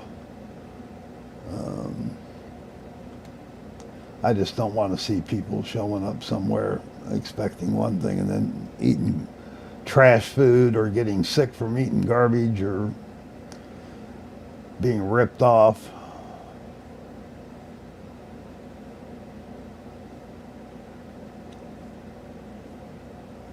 Res Dog. Are you Cherokee Nation, Res Dog? Yep, I'm right in the heart of Cherokee land.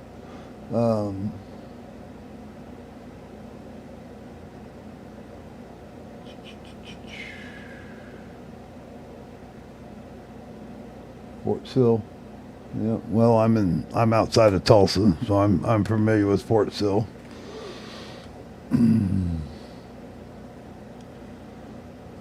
Matter of fact, what I was just talking about with the cancer thing back in 2016, I used to go to Chandler.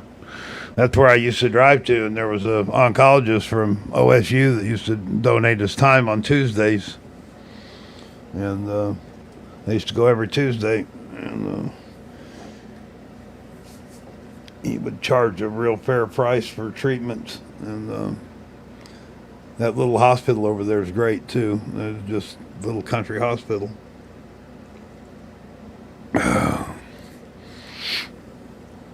But we also have another issue going on that I did a couple videos on that I'm not real proud of, and that's this small town law enforcement issue. That's always been there. It's just it's coming to light now that you just don't get away with shit. It's a pretty nice day today, Res Dog. It dropped about 10 degrees. It was only about 90 degrees today instead of 100. I think it's supposed to be cooler tomorrow. Oh, who also? It's Chef and Double D, Res Dog. There's not very many of us left. I knew. I told Rage. I said I'm going to end up playing this after that, and it's going to run everybody off.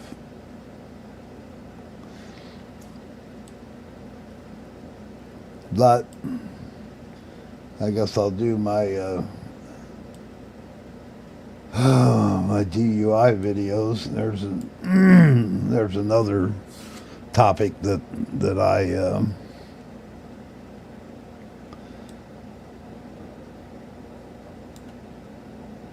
I wish I could. I just don't think it's going to change. I just would love to expose every little idiot that gets behind the wheel of a car intoxicated, and the next time they go to do it, think, "Oh shit, I don't want to be all over YouTube or TikTok," or they don't care what happens to them. Of course, they don't get punished in court like they used to either.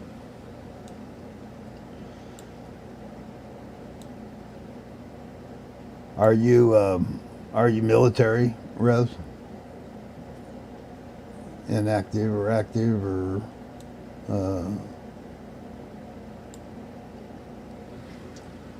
was at one time, was not, or just happened to be at Fort Sill?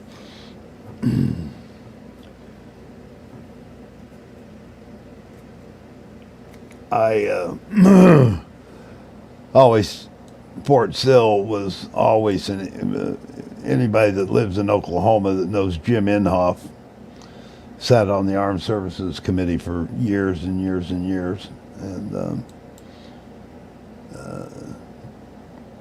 Jim's a state senator, and he always fought for Fort Sill, of course, because it was in his home state.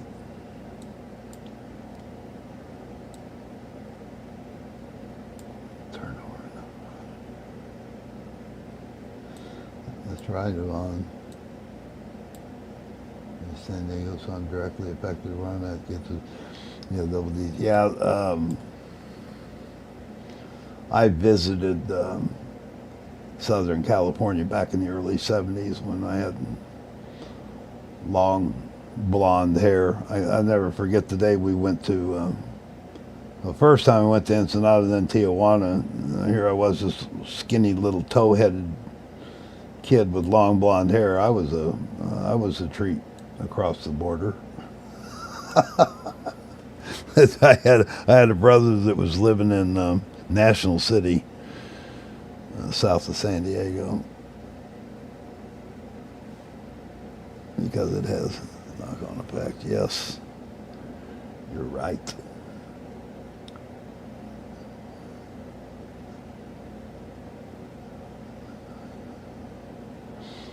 Yeah, good thing, Sunken Gray. Yeah, look, my whole deal with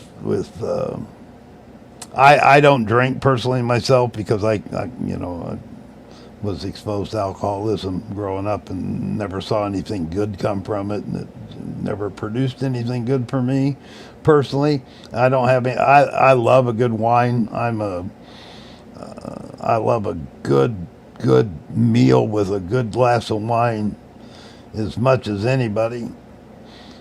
But yeah, getting behind the wheel of a 1-ton piece of steel. That Linda sent me a video. I just put it out today. Made a 2-part out of it because the girl did the exact same thing a couple months after the first one, and that girl's insane. If you get time, watch that video. I don't even remember what I titled it. Was I don't even know what the title of it is. Shit, I made the damn thing and I can't remember now. I was a passenger, bro, I think, or I wasn't driving, bro. But yeah, that girl, well beyond alcohol. There was something else very much wrong there.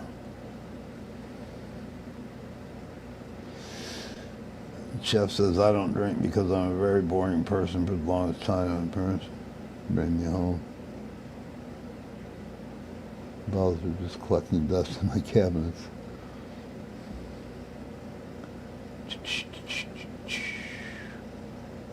Yep. Now, thanks for being here, Liz. I always appreciate your comments. I appreciate your comments on the videos and stuff, too.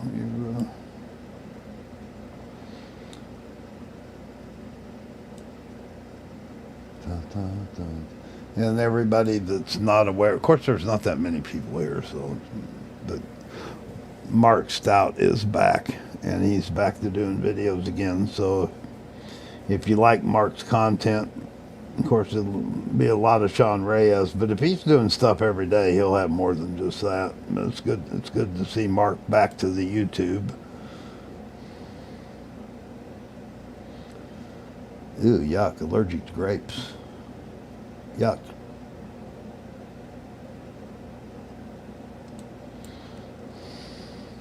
That wouldn't be good. I love red grapes. All right, guys. Unless, I think Linda said she was babysitting today, so she may be preoccupied. If you guys want to see, Vaughn probably wants to go to bed because it's probably, what, 4 o'clock in the morning, 5 o'clock in the morning there. What time is it? 9:44. I have it 20 minutes. You guys want to watch a 20-minute video by the same character on, he's got one here on the gangs in New York City. It's pretty interesting. Thank you, Linda.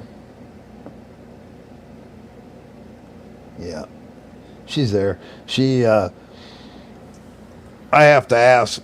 Most of the time, I don't, because every time I do, she pops up. Yeah, she's like magic. She just she pops up when she hears her name.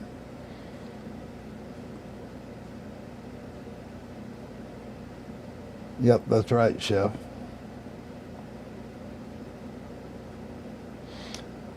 I enjoy Mark because I, just like Pat Darcy, whether I agree or disagree, I always learn something.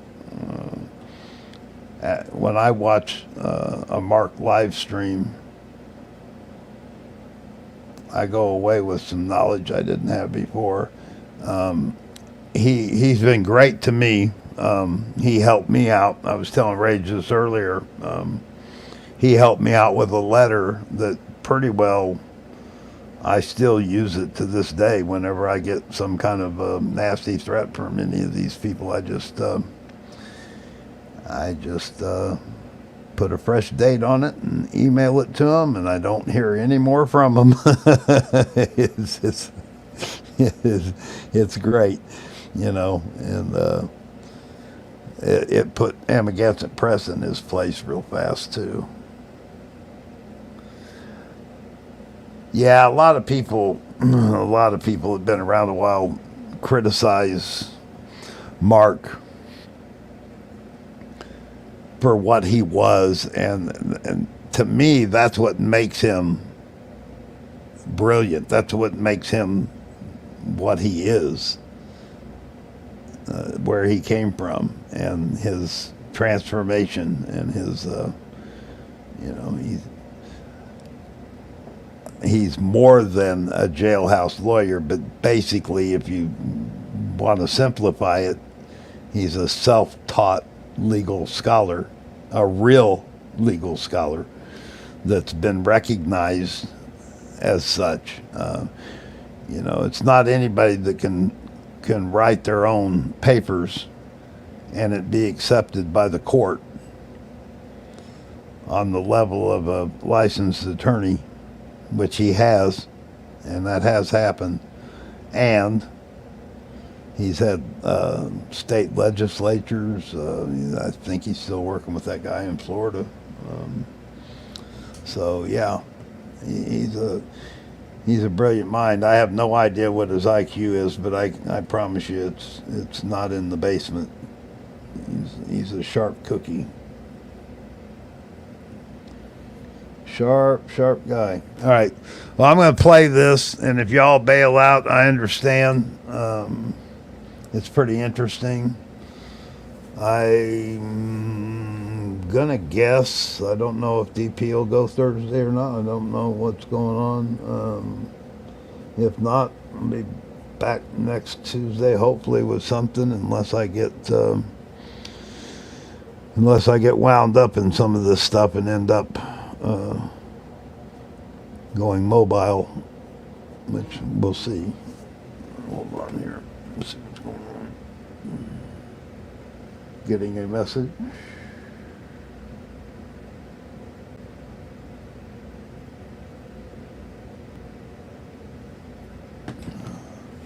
All right, let's watch this. Let me pull this up real quick. I'll keep an eye on the chat. If you guys cut out, say goodbye, and I'll say goodbye to you. And I appreciate y'all being here as always. Give this Cash Jordan. Check his channel out. He's really sharp. His views have just been doubling on a daily basis. He's got good stuff.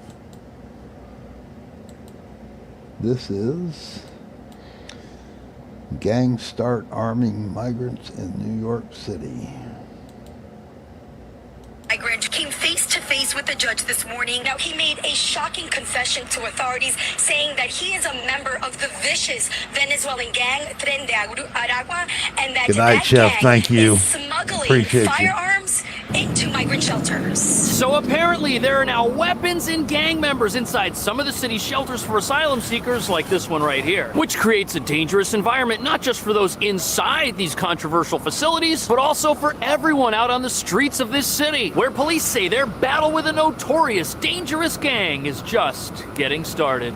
They're waving the guns around. Correct. Waving guns and flashing gang signs on this video. The NYPD says these are suspected members of the ruthless Venezuelan gang Tren de Aragua, which has been infiltrating the U.S. for the last 2 years. Take a closer look. Surveillance video shows a man toting a gun. He's demanding customers here to hand over their watches and wallets. You can see the customers give up their belongings. There's not much you can do when you got a gun near you. We feel generally very safe, so it's a bit of a surprise. It was shocking. The way that this young self-proclaimed gang member gave up the info on his fellow gang members about the tattoos, how to identify them, the practices in Venezuela, why they shoot at the cops. But the most shocking claim, the gang has been smuggling guns into city-run shelters. Tren de Aragua members were smuggling firearms into city shelters inside food delivery packages. That way they'll have to go through the metal detector. It is believed this video was made while the gang members were in Ecuador, and its purpose is to recruit new members. Then, when you fast forward, you see the same individuals where? In Times Square. So that's our concern.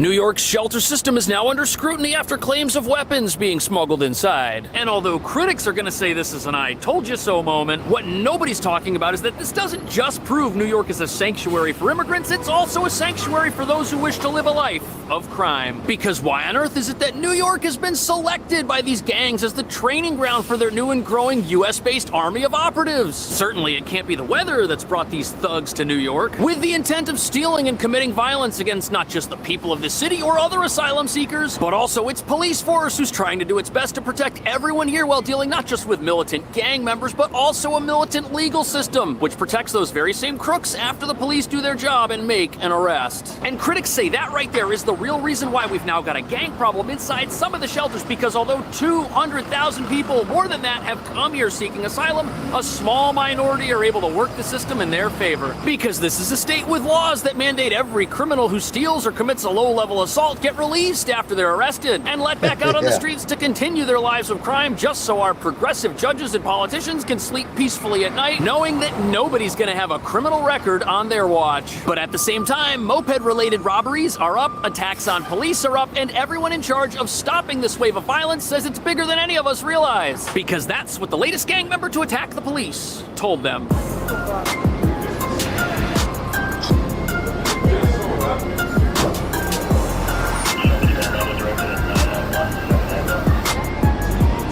So here Here we have the Roosevelt Hotel, a 1,000-room shelter that also serves as the arrival welcome center for people who just came to the city. And it's full of caseworkers and aides to help people file claims for asylum. But according to testimony from one recently arrested gang member, places like this could also be serving another, deeper, darker purpose. The Roosevelt, where you're used to seeing limos pull up. The Gold Leaf Roosevelt. It blows my mind.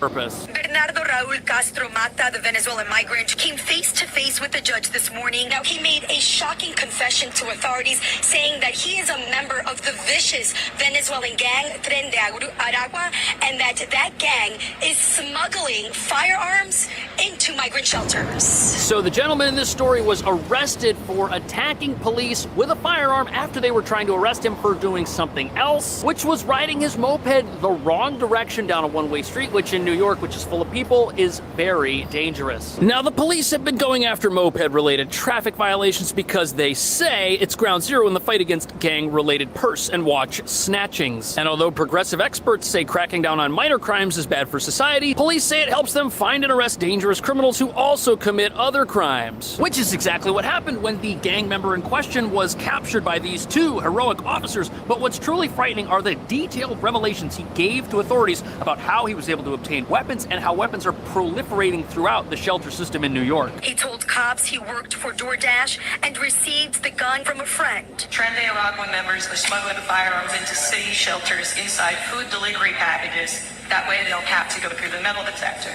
On June 3rd, two NYPD officers attempted to pull... So if you look at the shelter behind me, the place is crawling with security. There's a metal police barricade out front. There are several people keeping an eye on the door, and you can't get in or out of this facility without an ID that says you're allowed to live here. It seems very secure. I'm sure they've got cameras pretty much everywhere else, and there's often a police presence in front of this very same building, but that hasn't been enough to stop the flow of weapons for some reason. And that's apparently because the security here is rather lax, even though it looks rather tough. And apparently getting inside here is easier than getting through a TSA checkpoint and getting on an airplane where they scan everything. And if you try to get on an airplane with a bottle of water, they are going to test that water to see what's in it and make sure that it's actually water. But apparently people have been able to bring food or whatever they want in here. They're only checking people. They're not checking pizza boxes or burrito bowls, which is apparently how gang members have been smuggling weapons into facilities just like this. But before we get into how bad this problem is and why critics are saying it's an existential threat to the city,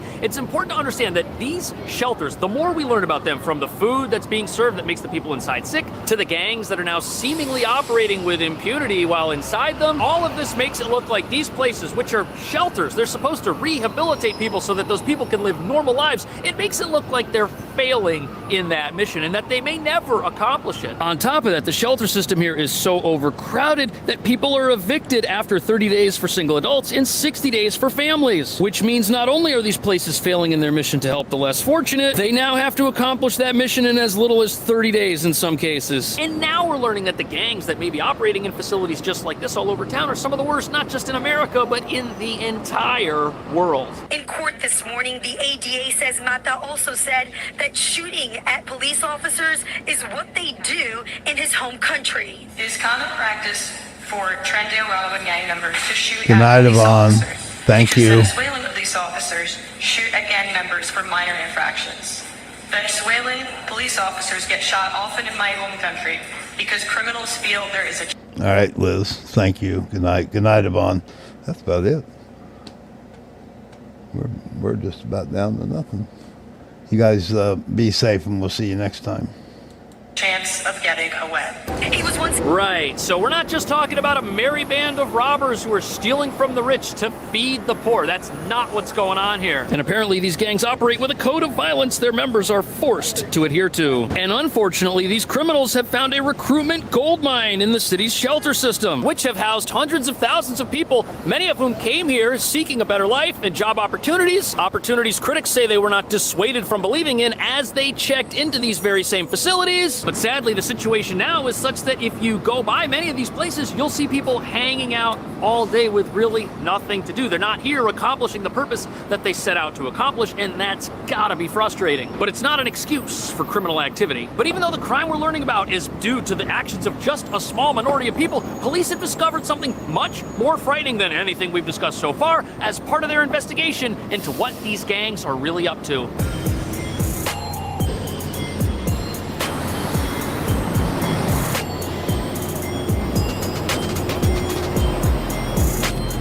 Something's going on over here. All these police just came charging out of this door right over here in the back of the bus terminal. Regardless, the new challenge facing New York's finest is different than anything they've ever had to deal with in the past, that's for sure. They're waving the guns around. Correct. Waving guns and flashing gang signs on this video. The NYPD says these are suspected members of the ruthless Venezuelan gang Tren de Aragua, which has been infiltrating the U.S. for the last 2 years. NYPD assisted. So the police have been working overtime to investigate this particular gang and learn how they're potentially using the asylum crisis as cover for their operations. Recent reports say the gang is intent on expanding its operations in the city because of our lax justice system, which make the streets of New York the perfect place to bring in green criminals and put them through a training program of sorts, because they can do a whole bunch of things wrong here and never really get punished for it as long as it's not too egregious. Think about it. Where else can you ride your little moped up to a group of people eating on the sidewalk and rob them and get away? This happened 3 times in Williamsburg, Brooklyn last week. And although we don't know who the assailants were as they were wearing motorcycle helmets, it doesn't take an idiot to see that this is an environment criminals of all backgrounds could favor. But the idea of gang members potentially robbing restaurant patrons isn't even the worst part about all this. The scary part about all this is what police found in the online videos they discovered relating to this gang's activities. It is believed this video was made while the gang members were in Ecuador, and its purpose is to recruit new members. Then, when you fast forward, you see the same individuals where? In Times Square. So that's our concern. The NYPD says Tren de Aragua has been making it over the border with the migrant influx and is getting established in New York. Yeah, this is like a promotional video from a travel agency catering to criminals who want to do something wrong. And one moment, these guys are dancing around with guns in another country, and then the next moment, they're in the middle of time. Say goodnight, Dick. Good night, Dick. Good night, Dan. Good night, Dick. Times Square. They're essentially saying, just get on a bus, come to New York, join us. By the way, did you know that Times Square is a gun-free zone? That's where they filmed this. And even though this video was filmed in Ecuador, Venezuela, where the gang claims to be from, is also a gun-free country. You're not allowed to own firearms there unless you're in the military or the police force. And of course, the shelters are supposed to be gun-free zones as well. That's why pizza boxes and takeout bags are being used to smuggle things from outside the shelters to inside the shelters. Yet none of that seems to matter to the criminals that are here, flouting our laws, violating them every chance they get. What's also pretty crazy is New York City's laws aren't helping the whole firearm situation either, because even though getting caught with a weapon on our streets is a 3.5-year minimum penalty, oftentimes the DA drops or downgrades those charges, which means many times criminals who are arrested and are on camera carrying a weapon get released. It's tough to think that that's not something a gang wouldn't find to their advantage. The gang has gone from petty crimes like shoplifting and stealing cell phones and jewelry to all-out shootouts in the streets. Alleged gang. Yet we keep hearing from some circles that the city is safer than it's ever been, that crime is down, and that this is all just overblown hyperbole in spite of the news reports and the evidence and the real people's lives who are negatively affected by this. Although in defense of that viewpoint, one reason crime could be down could be that a lot of this crime is gang-related, and gang members don't really have a habit of filing police reports and meeting with authorities in order to investigate their own actions. And if there are less reported crimes, there are less statistics, and crime will look like it's down. And the other problem facing the city is that when somebody does get arrested for doing something really bad and the DA drops or downgrades those charges, instead of now being charged with assault and weapon possession, they're just charged with some sort of misdemeanor, essentially letting our criminals off the hook before they face justice. It's the same story when people end up attacking the police. This happens all the time, doesn't even matter the person's background. And both our homegrown criminals and criminals trying to take advantage of our safety net now know no consequences come with crime. The gang violence is escalating, and now drugs are coming into the picture. It seems like this is a huge challenge. It it's as big of a challenge as we faced. The NYPD has faced difficult challenges in the past and is determined. So it's not just crime, it's not just violence. Now there are substances coming into the picture. We've already got enough of a problem with that in our country. And think of how bad this is for absolutely everyone. Can you imagine spending months coming to this country thinking your best days are ahead of you, and then when you finally get here, you check into a shelter and find out that the same gangs you fled from in your home country are controlling that shelter, making our city no better than the environments these criminals have come from. Now again, everyone understands that the criminals we're talking about here, they aren't the majority, but it only takes a small number of people to have a big impact in a very bad way. Hence the claims of a potential national security threat existing at this very moment in time. But what's crazy is the exact type of security we're seeing at the border is the same security we're seeing inside of our shelters, which explains why a pepperoni pizza might be hiding something other than too many calories on its way in. But it gets even worse, because you know what the individual in our first story was doing as a legitimate form of income? Wait till you hear this. We did reach out to DoorDash. They just got back to us saying that they have no record of anyone by that name working for DoorDash. So apparently this individual was working for DoorDash, but DoorDash says they had no idea he was working for them. What sense does that make? And does it mean that the next time you get a delivery in New York, the person who delivers your food might not actually be the person DoorDash thinks it is? That in and of itself is quite concerning, because what it means is that these app delivery companies aren't doing a good job of vetting who's on their platform either. Of course, they say they have a vetting process, they say they have a way to keep their customers safe, but is that really the case if these types of folks are out there making deliveries to apartments all over town? But if you think DoorDash is doing a pretty bad job with its security, or is doing the best it can in spite of circumstances that dictate otherwise, wait till you hear the city's excuse for how these weapons are winding up inside the shelters. Now today I also reached out to City Hall about security and metal detectors at the city-run migrant shelters, and I asked them why food containers are not being screened for possible weapons. I was told those items are supposed to be screened every single time, and now the city is now retraining security personnel at all city-run migrant shelters. So after these allegations come out, the city realizes that they didn't properly train their super expensive private security at these facilities to check the food. What's incredible about that statement is some of these shelters, like the gigantic tent facilities, cost $20 million a month to operate, yet the people operating them aren't properly trained to keep the people inside safe who want to obey the law. But at least now the city says they're going to retrain all of its security. But what that actually means is this wasn't an isolated incident. Every shelter in town, they're all potentially affected by what we're learning about today.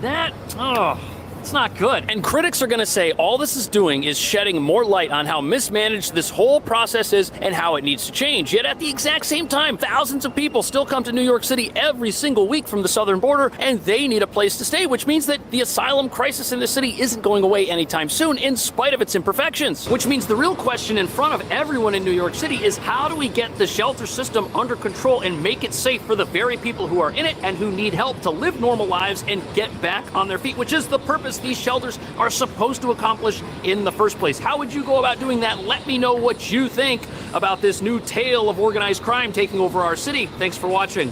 I'll see you in the next video. Could you imagine debating that guy? I mean, his mouth works as fast as his mind. He's got a very quick mind. God. Oh, is that okay? Then Yvonne, I dubbed the M80, or no, Cherry Bomb. I'll call you Cherry Bomb. You're right. I wouldn't be fooled by your size. I know you're feisty.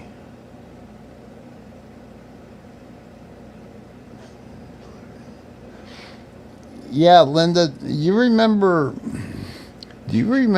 that little video I did? I ran across that guy that it was grocery delivery. It wasn't DoorDash, but it was the same thing where they were swiping the grocery delivery text coming through. So I think that I understand they have that issue with DoorDash too.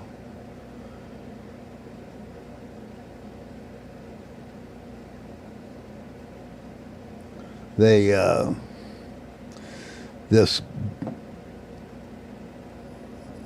these, I don't remember if it was a group of them or just, I think there was. I think it was a small group of them. They would intersect, like Walmart grocery deliveries and things like that, and take it away. Instacart. Yeah, that's what it was. Good memory. Good job. Yeah. I think they have that same issue with the. I know a little bit about the food business in this town, and I know that there's been issues with DoorDash. I mean, that's not the only issue. There's been other issues too. So. All right. Yeah, this guy's good. This Cash Jordan, he's really good. Let me just pop that back up on there real quick so you can just look at it. I'm impressed. I'm impressed that he's putting these videos out, and he's very entertaining. He's very thorough.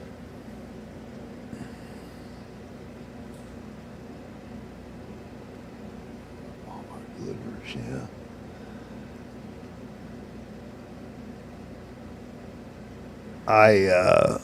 The cart narc, the sunken grave.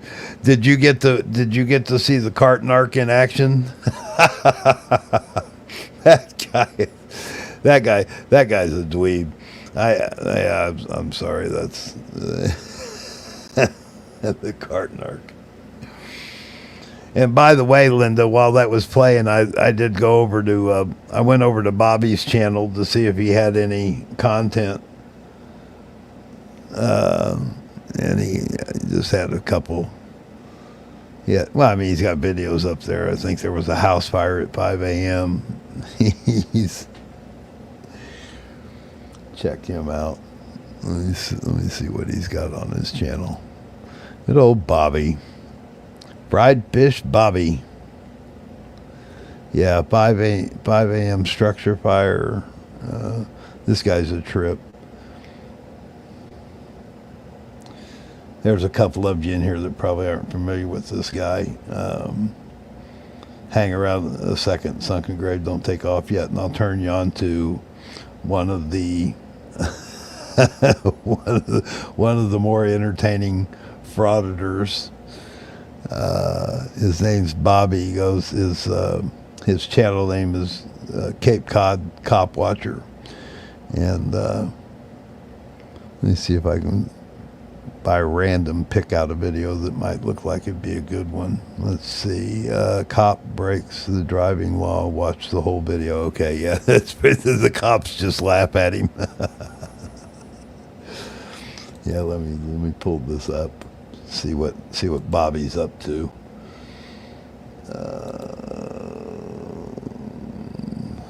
Let me stop that.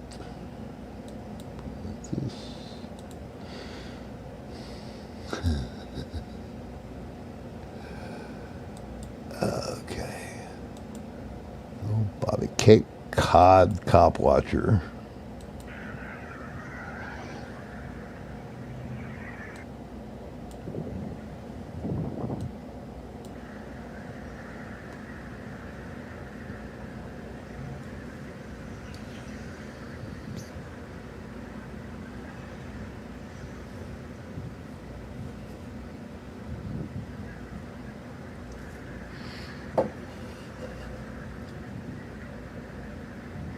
He's living up to his name. I'm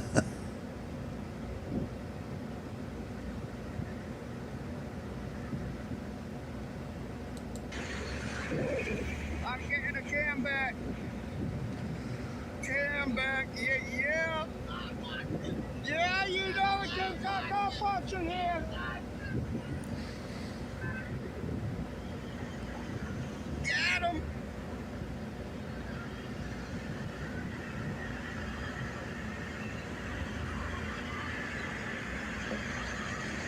Yeah, Scotto's over at F3.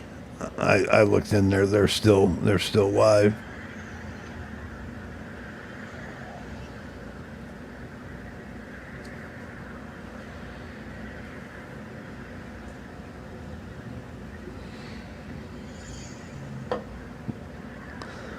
Oh, this is pretty damn boring, so you don't even get a chance. Here we go. Is there a victim?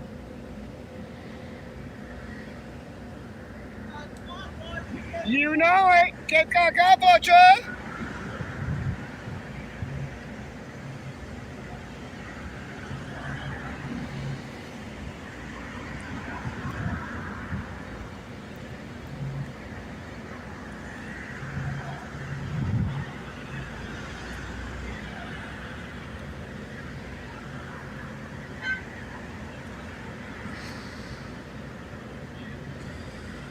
Gonna have some kind of interaction here.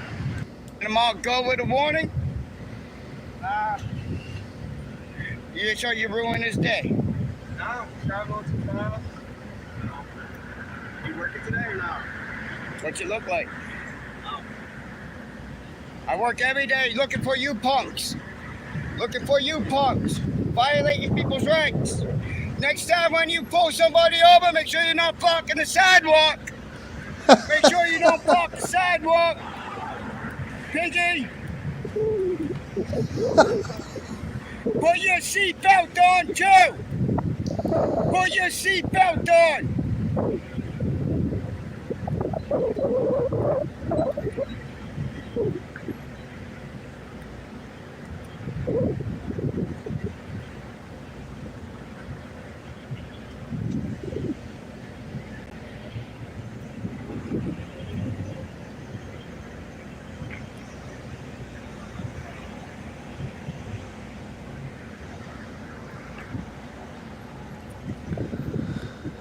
Oh, Bobby, Bobby, Bobby. See if I can find him harassing somebody.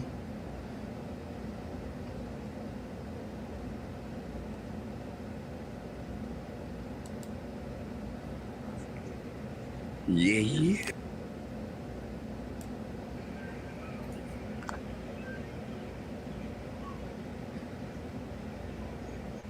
There's a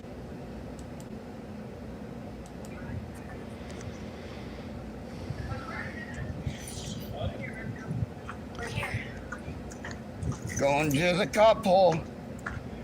So you know the 19th hole is a cop hole. Cops sit there, they drink, and they pull you over for drinking and driving, and they get away with it. Remember that.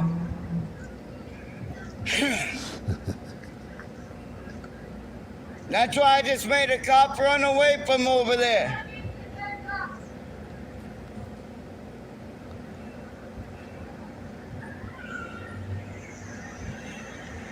This police, yeah!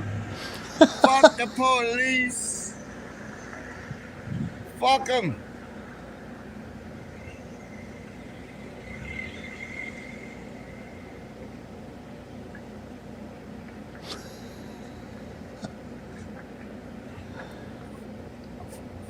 Yeah, I don't give a fuck.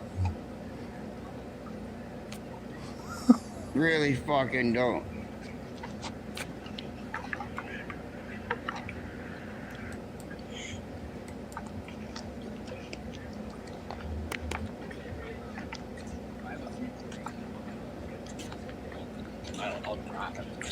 Yeah, that's a cop back there. That's a cop. They're stalking me. They're stalking me. I film them. I film them. Bobby the Cape Cod Cop Watcher. On YouTube. Cape Cod Cop Watcher. Yeah, right, CK. Yeah, he is a trip. It's been well over a year ago or so. We were watching him one night, and he decided to go home and film cooking fish. But to watch him and his girlfriend, it was a treat. Yeah, high-grade stalking. That's right. The guy's a real trip. He really is funny. Most of the cops just ignore him. They don't pay much attention to him. He's pretty harmless, I think.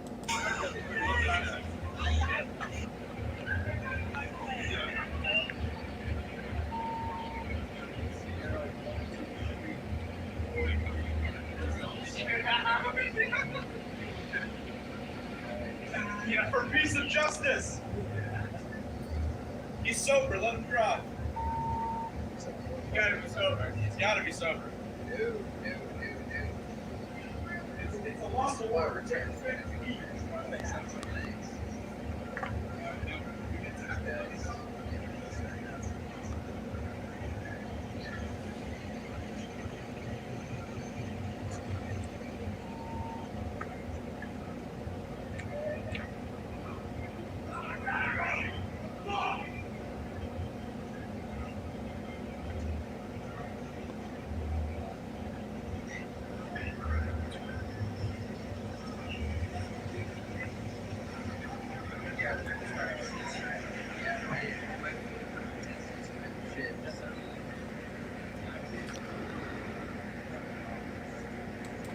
I tell you what, Yvonne, hang with me for a second. Just hang with me. That's right. You weren't around then. I've got something. If you want to see Bobby in action, Linda probably knows what I'm going to look for. It's one of the most hilarious videos. I actually think I made a video on it. Let's see, where is it? 4 months ago. It's going to be further back than that.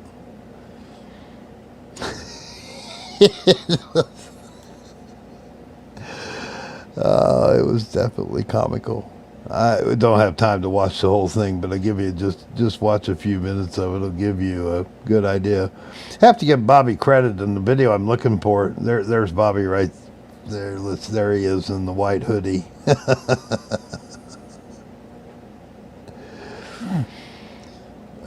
The video I'm looking for. He stood up for a woman that was being kind of abused by a homeless guy. He did stand up for him, or for her, I mean. This has got to be getting close.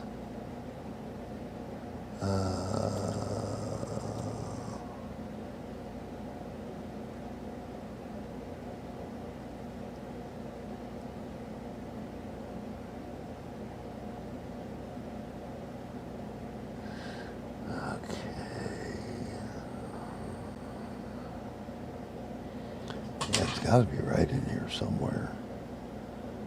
Seems to me it was probably around last April or May.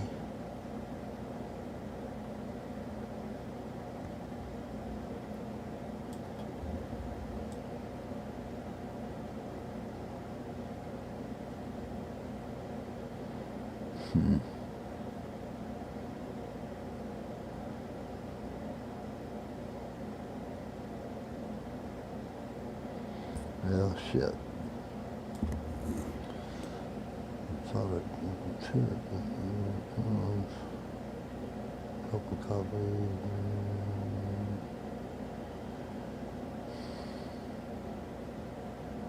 Huh. There we go.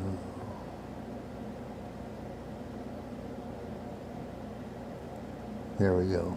Here it is. Here it is. So here's part of one of them right there. I can drive anywhere. Yeah, that was when they were. Okay, this is part of it. Oh yeah, there, Linda. There's the hungry videos. Yep, there it is. Make you hungry video. Make you hungry video, and then there they are. There's the fish fry. That brings back some memories. Okay, so the video that I want, it's okay. Fight broke out when I was leaving coffee complex. Okay, let's see where. It's right here around the same time.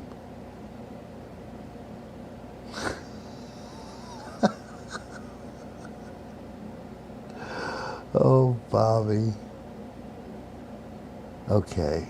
Isn't that it right here? I can drive anywhere he says drive in.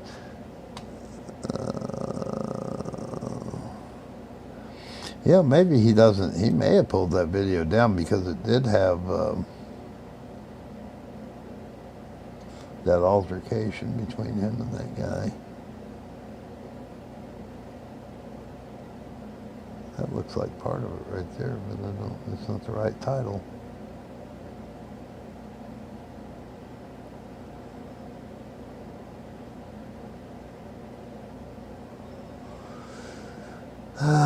goodness. All right. That's getting late. So let's just do this. Let's go back to the infamous fish foot. Yo, Kip Cop Archer here with another Make You Hungry video. Featuring Mistress Mass Randomness. Yeah. Yeah. He went to the store. Yeah, the today, one where got they some were, nice he was pieces of sticking up for that patty girl on the park bench, yeah. So we're doing our own type of style fish and chips in a way. We're gonna fry these up in the pan with some oil. I'm doing the flour, then egg, and then a panko dredge on these. So the flour, just a little bit of spices, just regular salt, pepper, a little bit of cayenne, egg. Do that dredge, and then the panko I got, and I put a little bit of salt and pepper in that, just a little bit. Bobby had to step out back to hit his pipe. So, a couple pieces. You want a nice coat of the panko on there.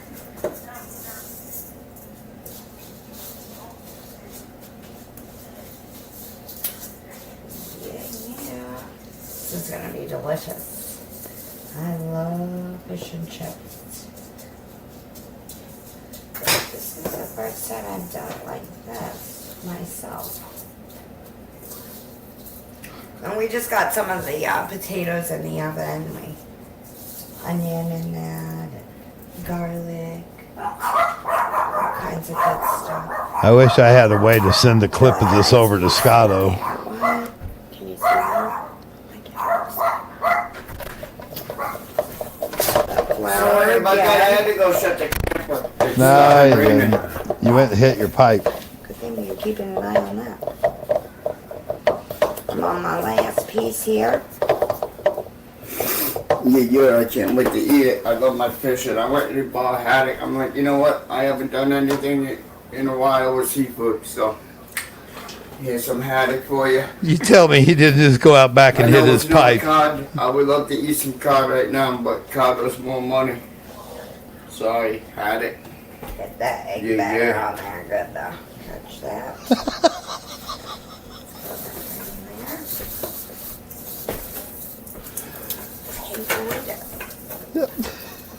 With that, smell good.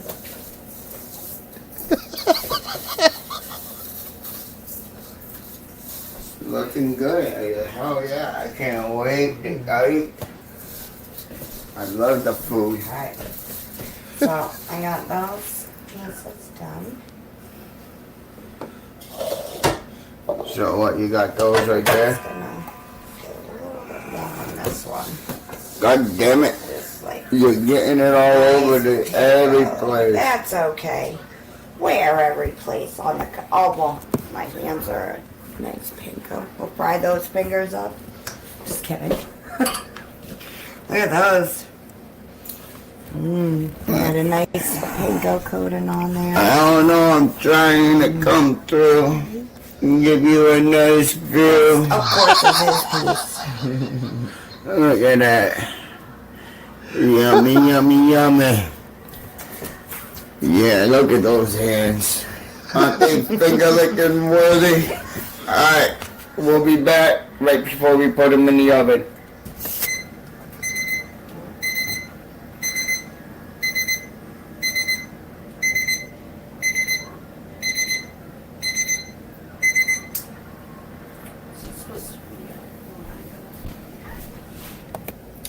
Alright, Cape Cod Cop Archer here with Mistress Mass Randomness. See, that even that name always confuses me, but now she's getting our haddock in. She's gonna show you, she already got it breaded.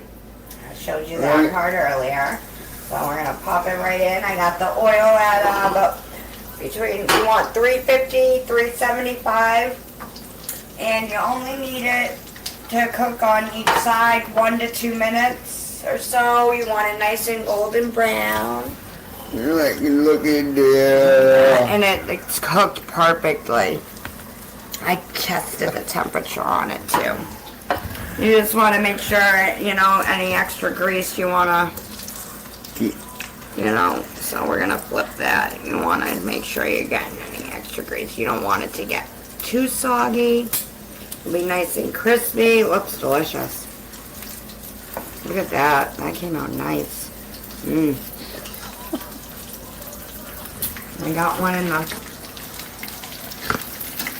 cooking up for you. So this has been about a minute on this side so far, so I'm going to flip it soon. You'll know too, it gets a little bit golden brown on the edges there. And that is ready to flip.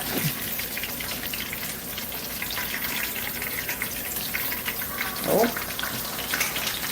that's alright. You'll be able to eat that piece anyway.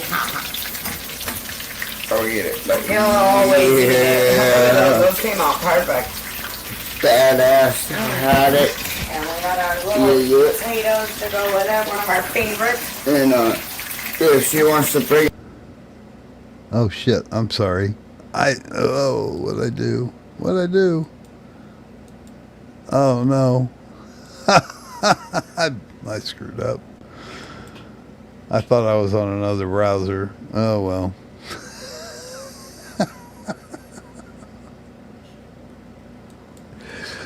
That's Bobby. There you go, Vaughn. Now you've met Bobby, the Cape Cod cop watcher.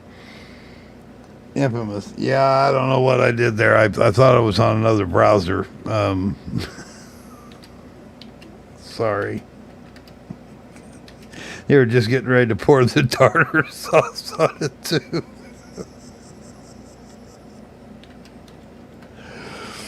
I needed that. That's a good laugh. I'm glad I went over that. Now I'm going back.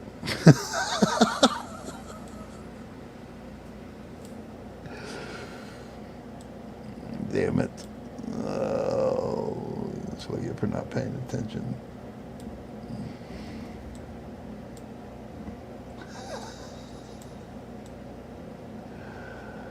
That's what I do. I have to remember when I'm feeling a little gloom, I'll just go watch some Bobby. Come on. Load. Oh, I see what's going on here. Yeah. Well, that ain't gonna work either, is it?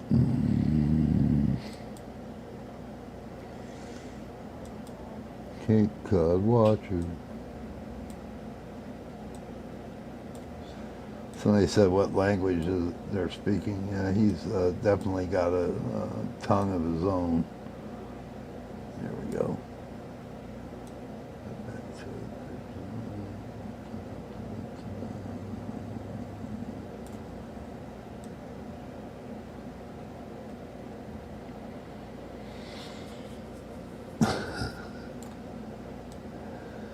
Yeah, we got to see the tartar sauce. My bad. Damn it. I hit that. Close. Close. There it is.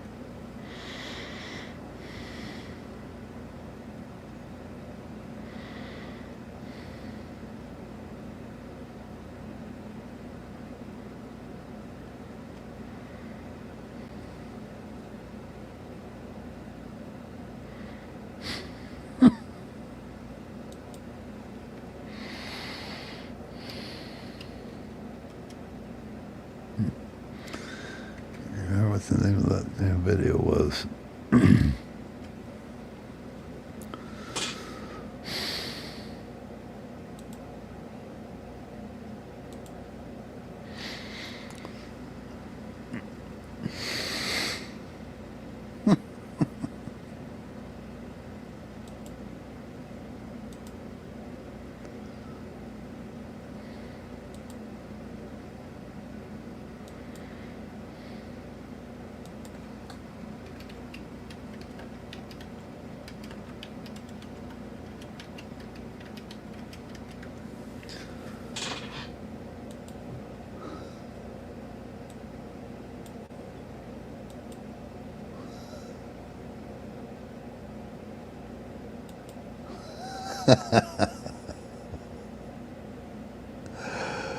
Oh, Bobby. Oh, that was a good laugh.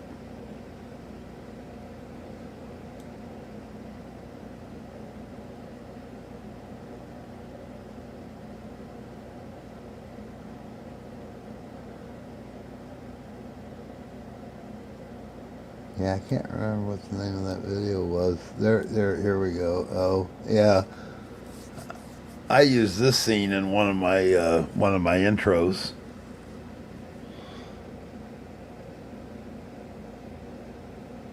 Yeah, my arrest on September 8th, so it's got to be close here because I made an intro for that video off of that one.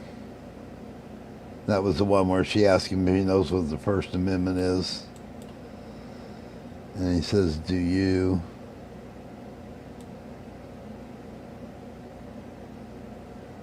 Let's see, right here.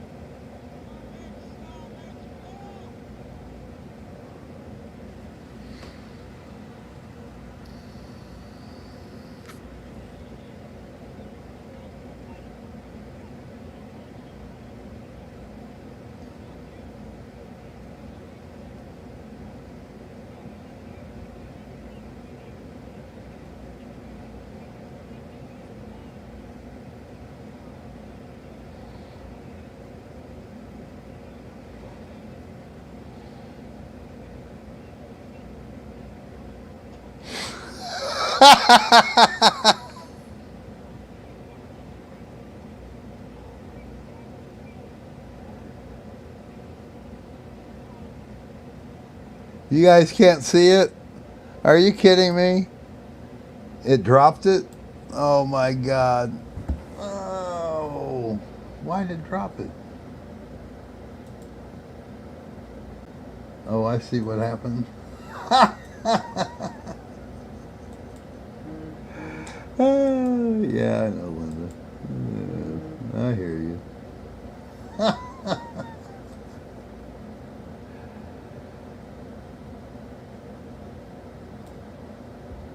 Do your job. Do your. Fuck you, yeah. All right, hold on here.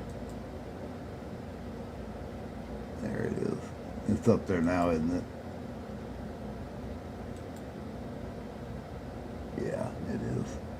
I got plenty of video footage of you fucking tearing cunts. Actually, do your job.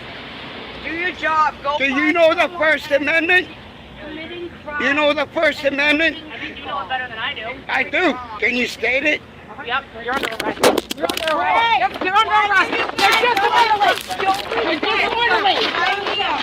Don't resist, babe. Don't hurt him, please. Stop. Don't hurt him. He didn't do anything wrong. And you know that. You guys are wrong. Yes, you are. We didn't do anything. They didn't do anything wrong except for a minute leading up to it. Go! Let's go! Let's go! Marissa, let's go! Let's go! Oh yeah, it doesn't seem to work out when I got a fucking $500,000 lawsuit on you motherfuckers. I don't like Fuck you. Fuck you. Fuck you, yeah, I got plenty of video footage of you fucking tearing cunts. Actually, do your job. Do your job. Go. Do you know the First Amendment? You know the First Amendment? I think you know it better than I do. I do. Can you state it? Yep, you're under arrest. You're under arrest. Yep, you're under arrest. You're disorderly. Don't resist, babe. Don't hurt him, please. Stop. Yeah, I was having my own party up there. I thought it was up on the screen because I never left that browser. It should have stayed up there, but I don't know. What the hell? I'm allowed one, right? Where is... I wish I could remember the name of that video, Linda. That is absolutely one of the most hilarious interactions he had with that homeless gal.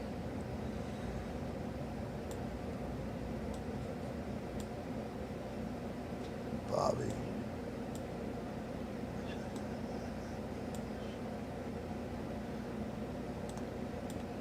I've got it in my library too, just can't remember what the name of it was. Should be easy to pull out of here. Okay. See, I think this one that's 5 minutes, 11 seconds, I think that's a cut out of it. Okay, fight broke out when I was leaving, cops coming, so I stuck around. I think this is it right here. Yeah, I think this is it. Make sure it gets up on the screen.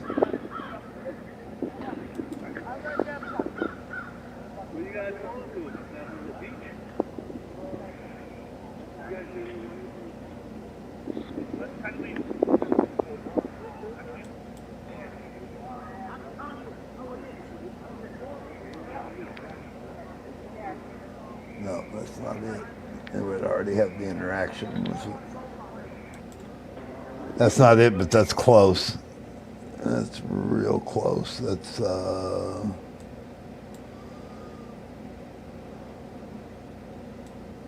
was 1 year ago.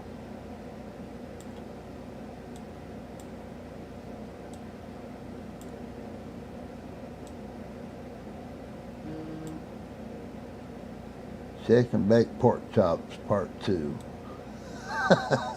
Shake and bake, and I'll help. Always something. Let's see.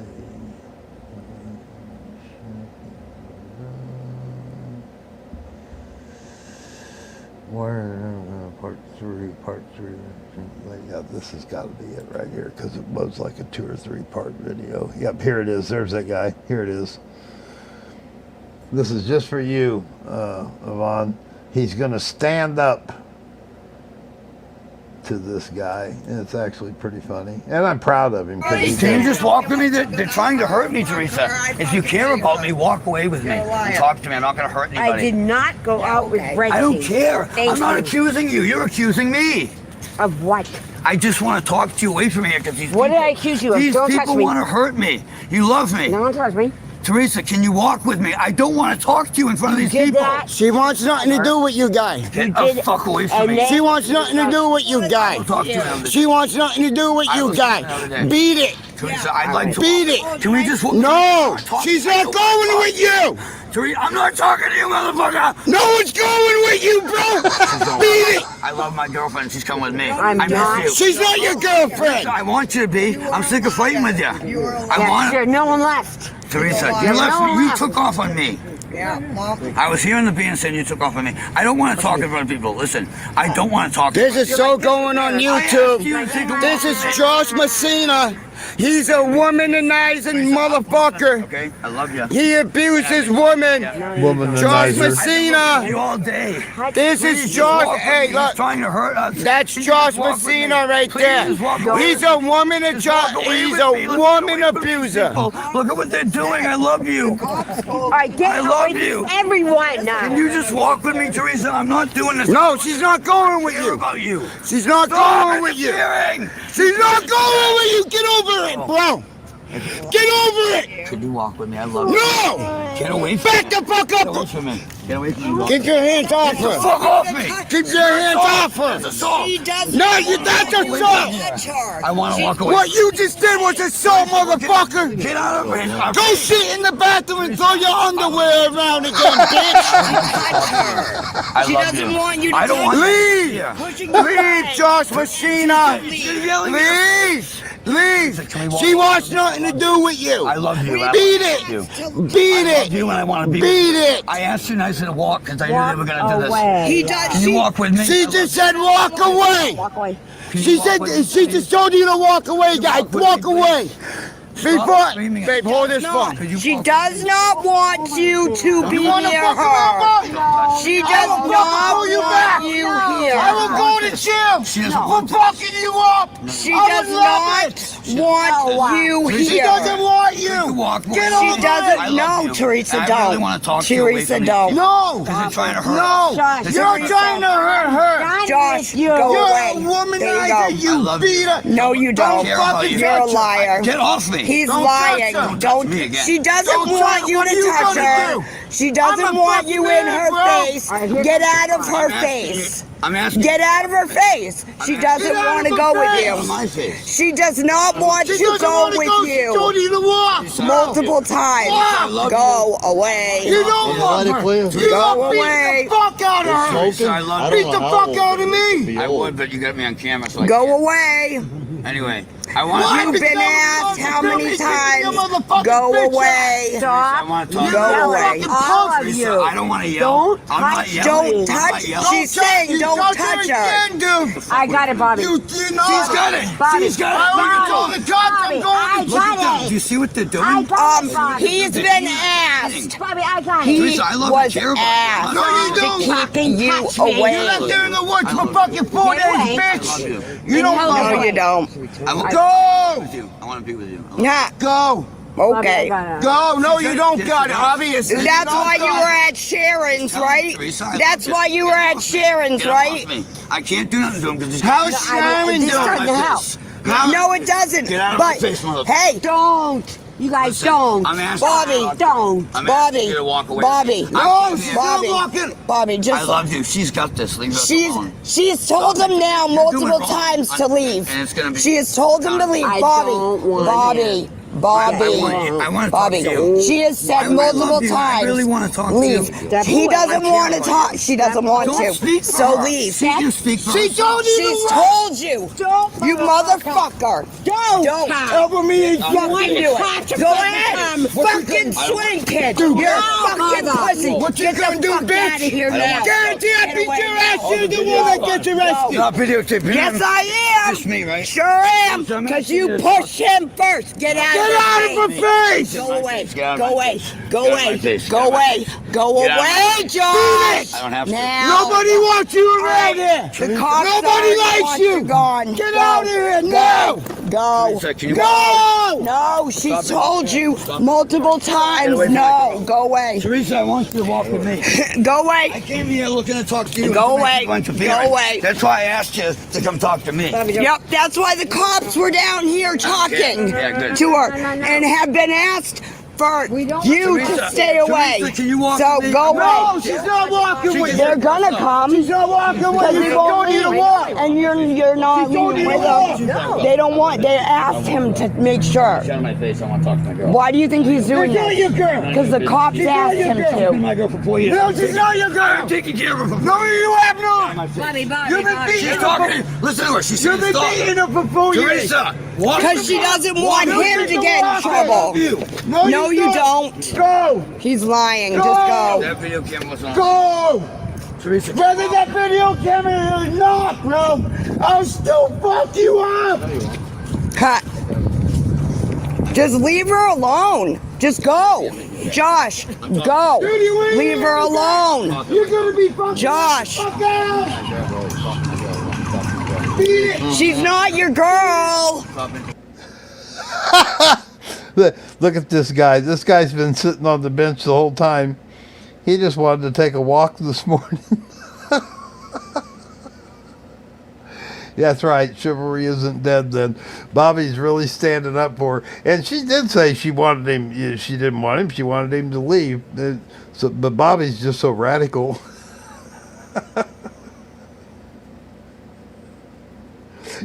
Yes, fucking great. This is Cape Cod.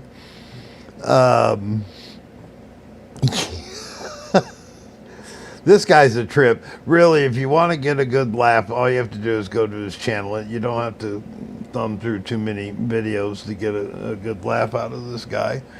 This was a crazy, I think it's the only video I ever did on him. It was like a 3-part video, and it was all about that they were boyfriend and girlfriend, and I guess he hit her or something, and then she drew the line and said, that's it, no more. And the cops do show up. It's kind of interesting. Leave her alone. Go away, Josh. She has asked for you to go away multiple times. Go away. People just sitting there. Hey, he's making that. He won't leave. Can we take a walk? He won't leave. No. Teresa, I'll meet you at the bathroom. No. No. It's her choice. No. You don't decide for her. No. Teresa, I like to talk to you. I need you at the bathroom. Here they come. Do you want to talk to me or no, Teresa? Everything's cool. Everything's Yeah, cool. if it Everything's wasn't- cool. No, he needs to go away. Can we just take a walk together? No. She doesn't want Teresa, do you to. want to talk to me, yes or no? She told you to walk. Do you not want to talk to me? It's on video. She said go away. You violating my space? She said go away. She told you to She leave. said to go away. Don't touch her. Go away. Don't touch her. Go away. Don't touch her. And you did anyway. We were talking. No. You were screaming in my face. No. Insulted me. She asked you don't touch her. Go away. You have no business. You have no business. He needs to go away. No, he needs to go away. Teresa, no, I'm screaming in my face. No. Let me talk. No. It's not his business. It is. It's been made his business. Yeah, you elbowed him. Horrible argument. But over here, I am so good. I was not talking myself. I've been on the 4 years. Demonizes me. Just like she demonizes you, right? Heard that word before. She demonizes me. She beats herself up and blames me. Fuck her. Yeah. He's a liar. Go away, Josh. Go away. Go away. So you want to know what homeless people do during the day when you're at work. I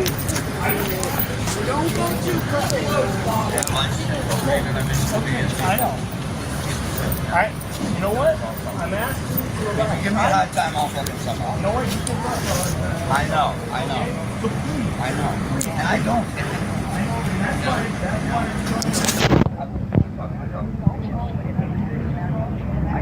Okay, so who's this girl?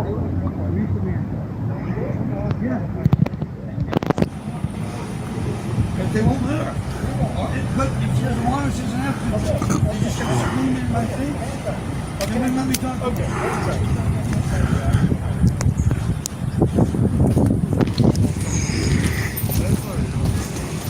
How's it going? I'm doing Didn't want to talk to him. He Who's wouldn't Teresa? stop touching her. Is this Teresa? Yes. Okay, hi. Can I talk to you for a second, please? 'Cause I got a lot of people all telling me what's going on. Yeah, they I'd like were to down speak to here. you. The officers were here earlier Okay. too. No, that's fine. That's Can fine. you stop? Yeah. Nope. No, this is what he does. He thinks he's funny. Come on. Yeah, I think I'm funny. Protecting you. It's all right. It's all right. Yeah. He's protecting her. They asked him to. I was asked to watch over you. She knows that. Okay, so Big. She knows that they asked you earlier to do that. Get someone who was here earlier.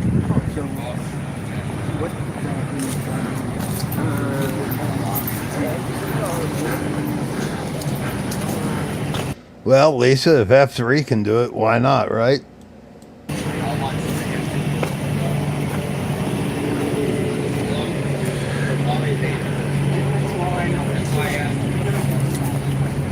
mind your business, please. I know, but Bobby's not going to listen. So that's why I'm trying. She's not even in the camera. I'm trying to focus on you. I love her and care about her. Don't need to interfere with us. I came to talk to her because I love her. I've been taking care of her for 4 years. I care about you. Don't like to interfere. It's a real love story. You hate her. Try to give me a hard time all fucking summer. And the cop a hard time.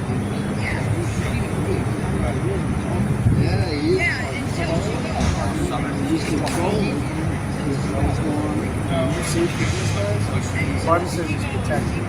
You feel safe like these guys?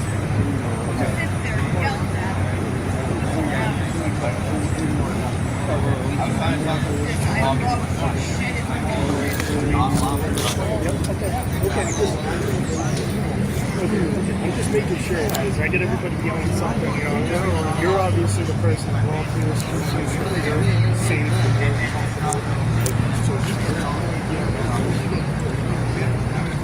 Hang out with these guys. You said Bob's a friend of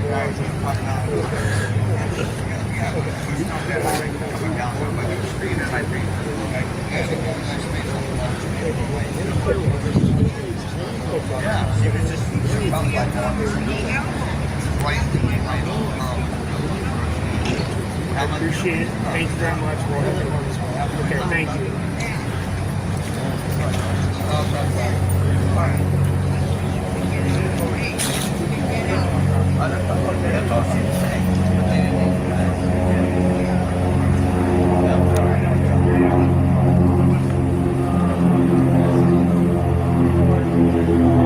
Josh Messina right there. That kid right there, Josh Messina, is a womanizing, woman-beating loser. A womanizer. It's probably better I don't talk.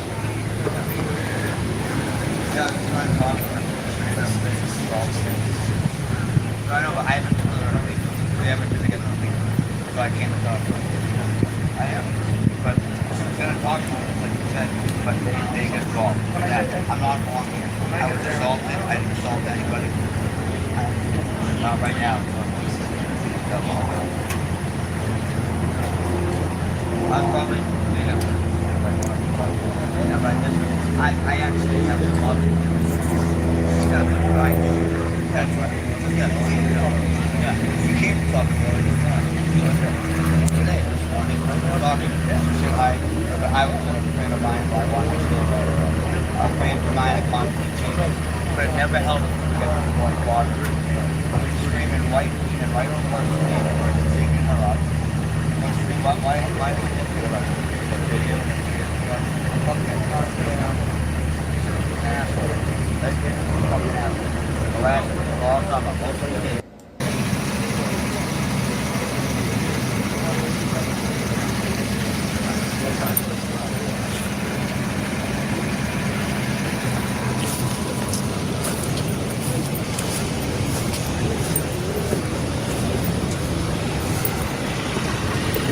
Bill Street, right, buddy? Oh no, you tell me that.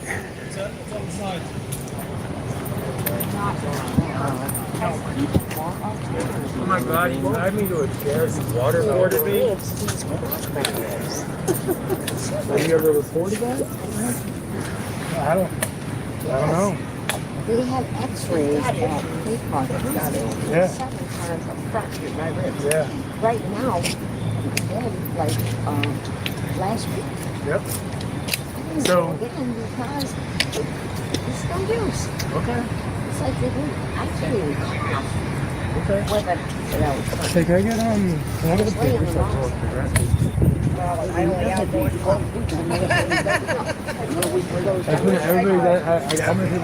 That's why these guys all got involved and were like, hey, we don't want you talking. It wasn't like this. It was like, I want to talk to you. Yep. What was it? Yeah, sunken grave. A year ago, we used to do this a lot. I'm not sure why. There was a couple times we go to like 3 or 4 o'clock in the morning just watching crazy videos with a handful of us in here. I'm surprised that I still have enough left in me, but everybody needs to meet Bobby. I forget about him. I shouldn't. I should make him a part of my life on a regular basis. Amen. You guys. Yeah, we told him to beat it, and she even told him to go for leave, and he kept touching her, and He wouldn't leave. And he kept talking. But it wasn't even. Is that a cam back? Yeah, we got to film everybody just like you guys. Yeah, that's why you guys should have body cams. Yeah, we're coming. They're coming. Are they? Yep. When are they coming? I don't know. Hopefully before I retire. Yeah, can I get your name and badge number? Brian Morrison, 205. Just like Brian Morrison, what? 205, just like my cruiser. 205, dude. You got the baddest vehicle out of all of them. Oh, I like it. I like it. Thank you. Yeah, you actually work with the community. You do shit with you do stuff with the kids. Yeah. So. I just happened to be in the area and make sure everybody was safe. I hear you. Hey, welcome to the movement. Thank you. First Amendment right there for you. Yeah, and I got my kid back from the cup right there. He already gave his name. You're lucky you got these guys kind of backing out. So. I mean, that's what I mean. But he was like, and I know, Teresa, when he put his hands on you, she does not want to. Teresa, when he put his hands on you, you need to call 911. Yep. 100%. He's absolutely right. And you were soft all day. Because he broke my phone. No. Well, That's another charge. I already reported it. That's And they another charge. didn't do a goddamn thing about it. Not a damn thing. That's Sergeant Butler right there. Can I get your name and badge number? Officer ready. 309. Officer Unokas, 338. Just because I know you, my viewers don't. Hey, little man. I'm calling you little man because you're littler than he is. Can I just get your name? Can I just get your name and badge number? Brown, you know me. Dude. I know you, but my viewers don't. You know Can you repeat that because we were talking? 289. All right, buddy. No problem with you, Bobby. I know. I don't mind you. You get amped up. I don't mind you. No problem with you.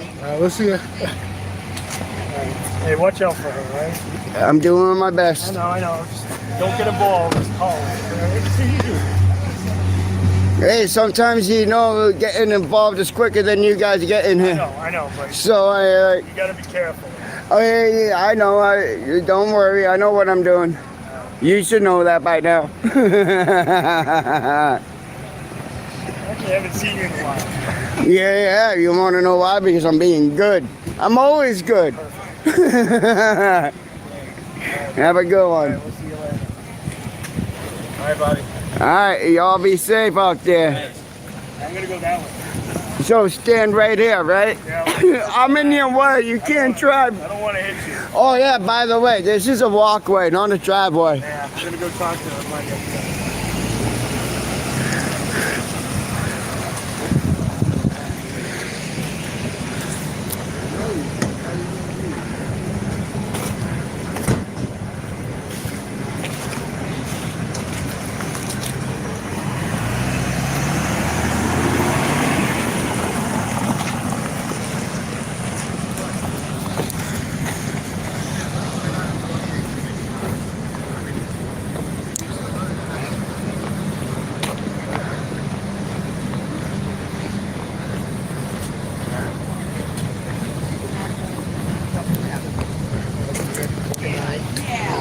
can't let us on your ground. Get it? You don't have to. Man, I came this close. He knew that tomorrow. It's a strange kind of luck.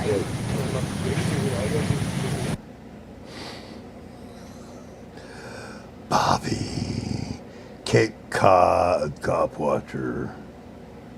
He's got a, I don't know where I can find this jingle at. He's got a jingle somewhere. Not sure where it plays at. Huh. Hey, DB. Yeah, Bobby. Good old Bobby. Yeah, I forgot. Yvonne had never met Bobby, and I knew she'd like that video because she likes that chivalry. And he did stand up to that old boy.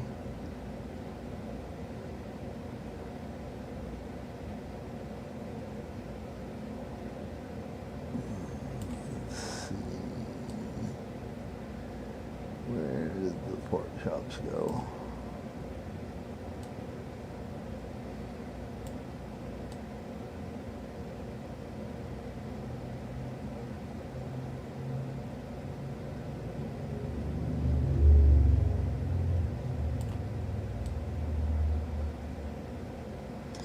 There's the fish.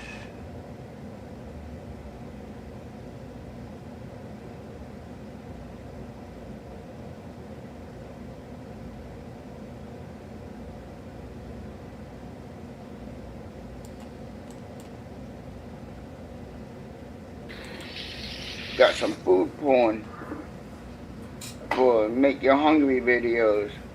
It's beer batter shrimp right there. And over here we got bacon wrap steak.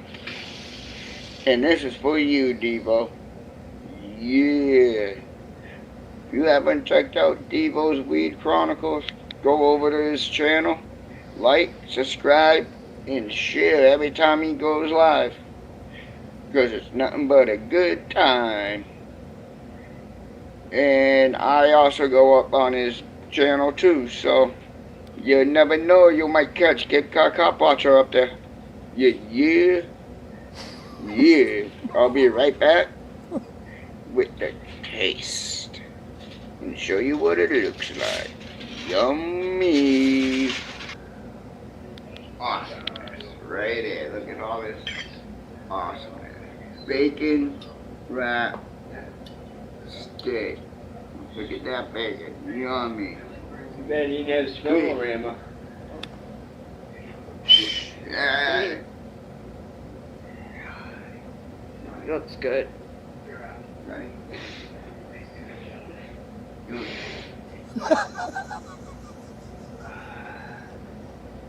Get the chainsaw out.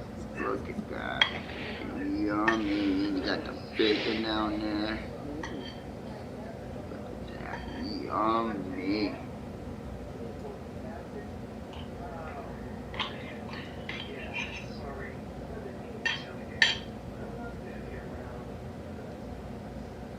Yeah, a whole piece in his mouth. Devo, you would like this too. Thank you. Get our cop watcher out.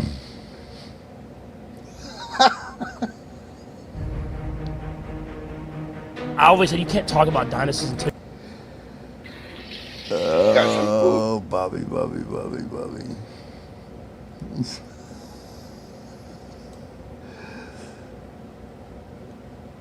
Where is, so DP, check this out. Watch, okay, okay, this is the fish one, right? Is this it? Yo. Get our cop watcher here with another make you hungry. Now, watch while she's breading this. He's going to go out back. He says he's going out to do something. You tell me he didn't go out back to hit a pipe. See if I can find it here.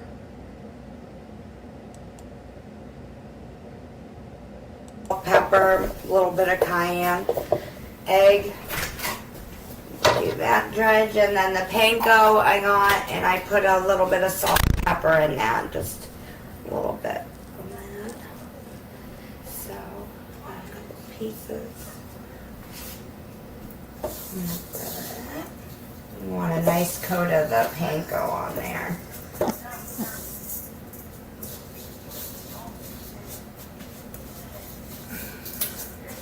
Yeah. This is gonna be delicious. I love fish and chips. This is the first time I've done it like this myself. You watch when he comes back in. Potatoes in the oven, onion in that, and garlic, all kinds of good stuff. Look at that nice piece right there. What? Can you see that? I can't. Sorry about that. I had to go shut the camper. It started raining. Good thing you're keeping an eye on that. I'm on my last piece here. Yeah, I can't wait to eat it. I love my fish and I went to bought haddock. I'm like, you know what? I haven't done anything in a while with seafood, so here's some haddock for you. I know it's not cod. I would love to eat some cod right now, but cod was more money. Sorry, haddock. Not much of an appetite when you're hitting the pipe.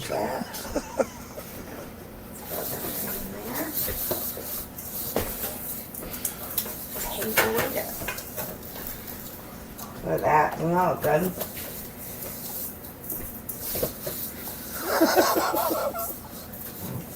Looking good. Hell yeah, I can't wait to eat.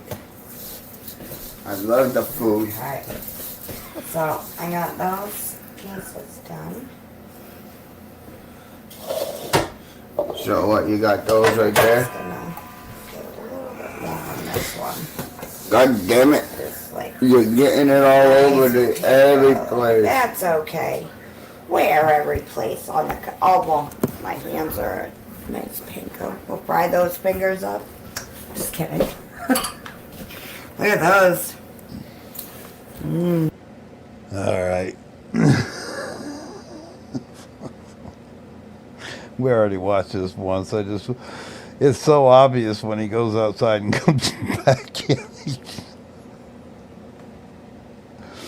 Oh, Bobby. Good old Bobby. I want to find his... He did a jingle, and it's... I don't know if he puts it on some videos and not others or what. Maybe he's got it... Cape Cod watching, Cape Cod watching, corrupt cops watching, Cape Cod watching, Cape Cod watching. When he on your block, there's nothing you could do to stop him. Clown, Prince of Gotham, call me a monster, call me karma. I'm wearing God's armor, grew up a boxer, never liked doxing. Shit, we need a sponsor, no more drama. Bobby passed the marijuana, call Bahama mama. Come from Guatemala, bitch way out the options. If it's the problem, the Joker solve it. They make me the target, I'm on your panels farting. Soul of a Spartan. Yeah, yeah. Love you, bro.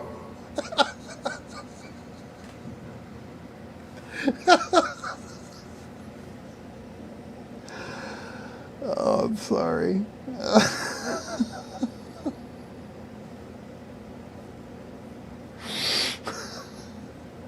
Oh, yeah, he's way more talented than Goat Boy.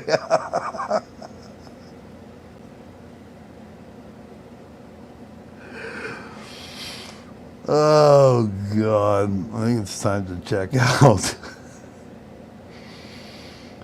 I think every live stream should be ended with Bobby.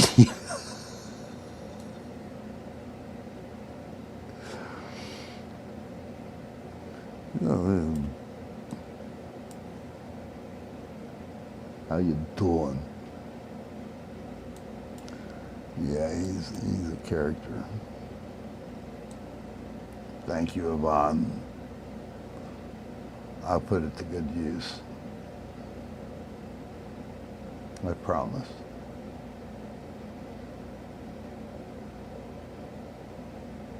Must watch, enough said. Get caught watching. Oh, Get yeah, he's caught got it on watching. Corrupt cops watching. Get caught watching. Get caught watching. Get caught watching. When he on your block, there's nothing you could do to stop him. Clown, Prince of Gotham. Call me on a call by Joker Saw.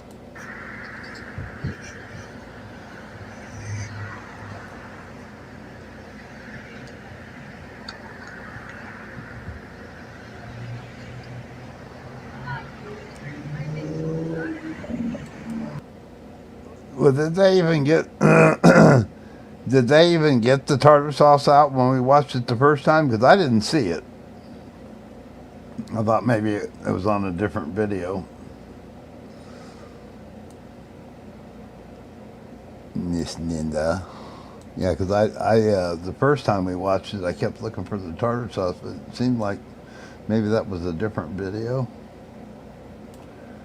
They pour the buckets of tartar sauce.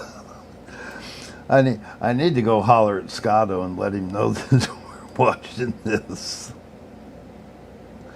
Scotto loves Bobby.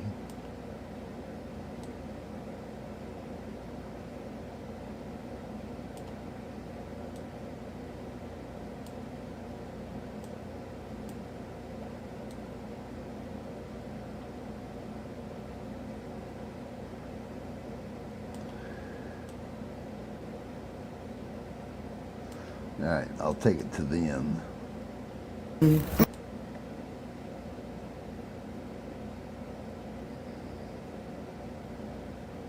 Oh, come on.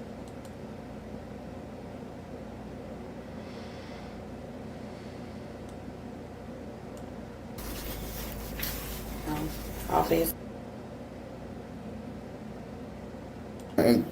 Get off my potatoes and eat your own. There you go, bucket. But either way, you're gonna get a make you hungry video, no matter who's cooking. So We do it together. we do it together. Like, she did most of the work tonight. Well, I took like the he's break putting icing tonight. on a cake or something. I cooked most of the time. I did good. But no, she did good. She did. Excited to try. Made some tartar sauce, some sweet relish, mayonnaise. That's tartar sauce, Ron. Homemade potatoes. Yeah. Making you hungry. You make your hungry video right there. Give it a taste test. Taste test. Look at that. Comment. It's got a nice crunch to it with the nice tender haddock inside.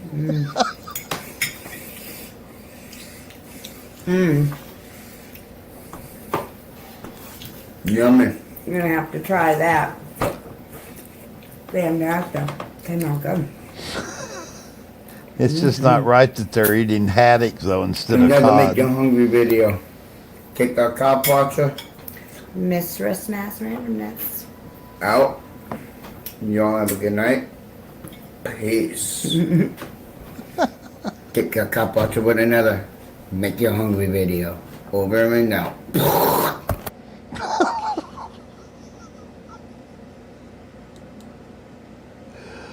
God, I love him.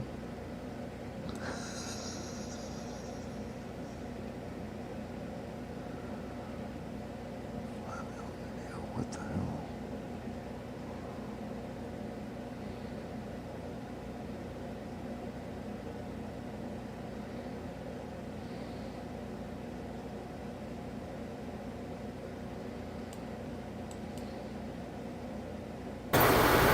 Alright, take that cod watcher here with another. Make your hungry video. Making some pizza right now. Homemade pizza. So, I already got everything prepped. I just gotta do a little more, but I didn't want to do it all without showing you some shit. Right? I want this whole cutting board to be floured. I'm gonna take my dough that I already got. That down. Can't find a rolling pin, but if you got a flat glass, anything flat, it works. So you can spread it out, right? Spread it out. Yeah, you can drop it too. That's gonna happen. Nothing like a few shards of glass in your dough. Just keep working till it comes out. Eventually,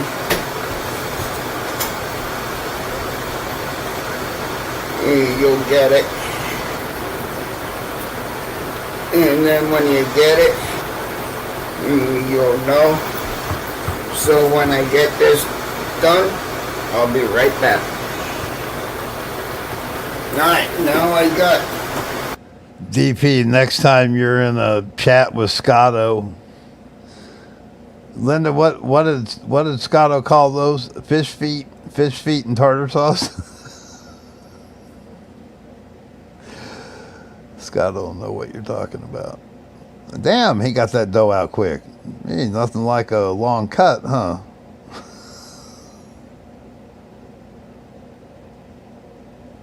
All right, boys and girls. I'm running out of fuel.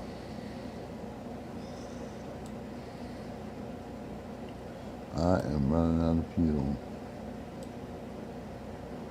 I wonder if DP remembers that.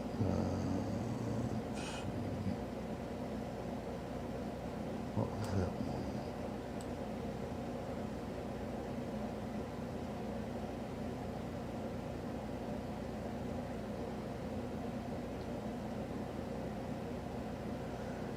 There was another one where he, not when he got arrested.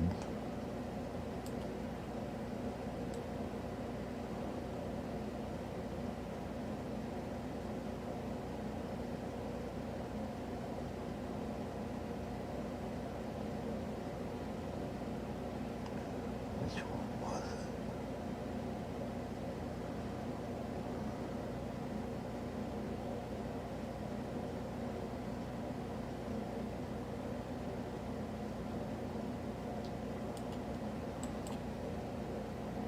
There might be a few cameras, and when I come in, when I do come in, I do want to film our interaction. Okay, well, I can't comment on that. Yeah, well, as long as it's not in the courtroom, and I consent to my personal information, I don't. Like everybody knows who I am anyway. No, like, she just wants to talk to you, so we'll come in Thursday at 2, okay? Thursday at 2? Thursday at 2 p.m., yeah. All right, you got it. All right, Bobby, thank you. You have a good weekend. You too. Okay, all right. Bye. And I'm never gonna stop filming the police. Okay, listen. Thursday, going in, gotta talk to him, I don't know. If anybody wants to come out and come join, and all the help is welcome. So, you heard it? So that video is a year old and it's got 7 thumbs up. I thought he got, maybe it's this one. One of them he goes and gets, he pisses off the judge because she can't count that. Thought it was one of those.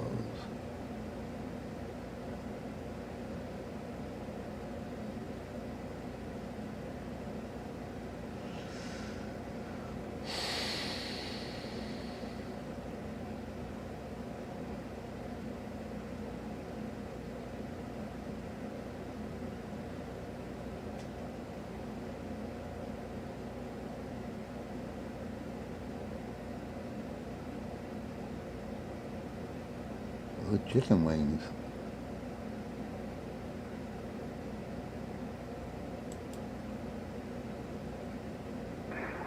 What up, everybody?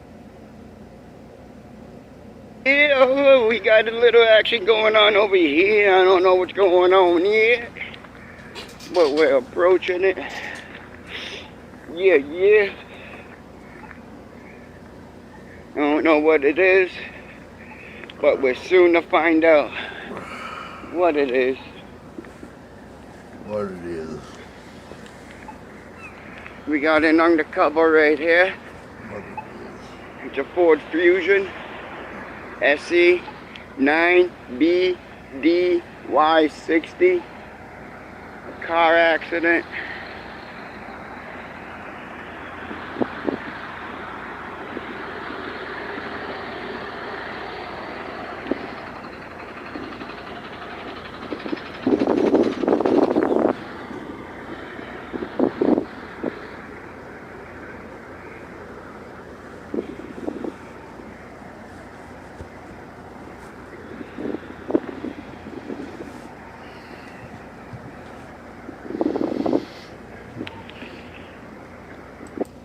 We can watch the chicken wings right now.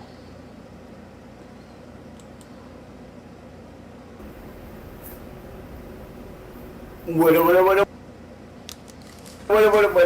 everybody? Yeah. Kick a cop out your head with another Make You Hungry video. Yeah, we're making chicken wings right here. I just want to let you all know, sorry about all the interruptions that's gonna happen, maybe. But you never know, because, like, I'm not in a professional studio, so you never know who's gonna interrupt. Yeah. Let's do this. Easiest way to flip chicken wings, flip it over, put the good side down bottom, look back, see the joints, and you just cut through, just like that. Over here you do the same thing, like you can see where the joints are at. Cut through, yeah, and then you separate it. Just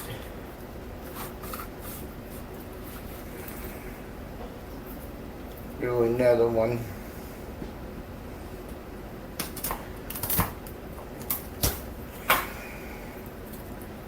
Break it open a little bit. And you can feel where the joints are at. And then you just cut to it. See? Just like that. Bang. Bang. And I'll be back when all this is done. Yeah.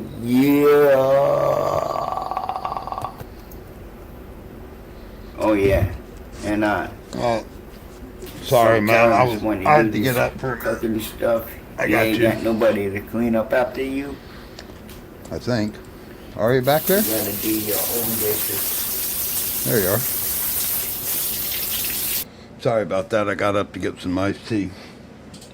Let me see if I can do that. Yeah. Yeah.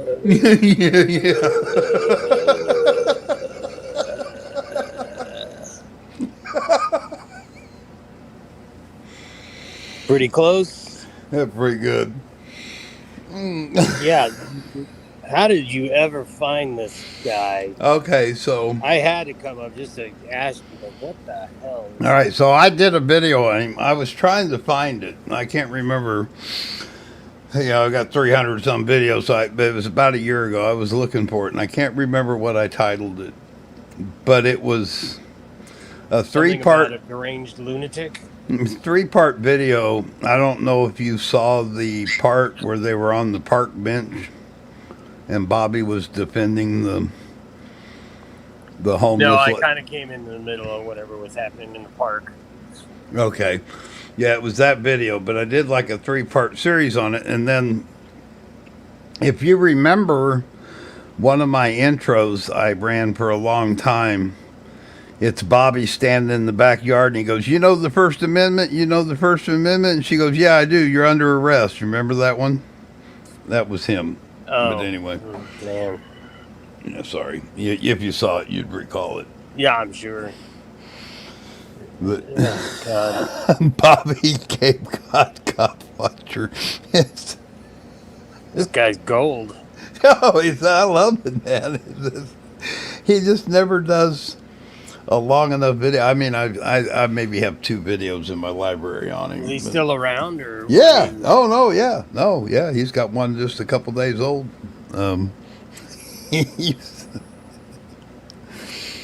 Yeah. If I ever do get road bound, I'm gonna make sure I'm gonna look him up when I go up to Cape Cod. Yeah, I'm trying to think of some adjectives here. I don't know, man. Squirrely. Interesting. Grimy. It just cracks me up, though. You can always tell when he hits the pipe because right afterwards he does all this gyration stuff with his body. Yeah, went out to shut the garage door. Yeah, right. Hint, hint. Yeah, he is. He is gold. And I actually, it made me think of it because I was like, Yvonne never got to experience Bobby. And I think Linda said something about the fish feeders. I don't know what got me, but her and Scotto have a long history with Bobby. I see. They do something with their little smiley faces or whatever, fish feed or whatever. But Scotto. The word is emoji. Emoji, there you go. Emojis. Gotcha. Take a radiation suit with you around. Be careful. Yeah.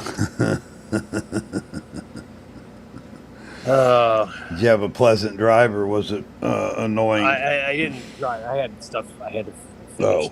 Oh, I got you. So, wow. Chicken wings, huh? Chicken wings. You want to watch the rest of it? There you go.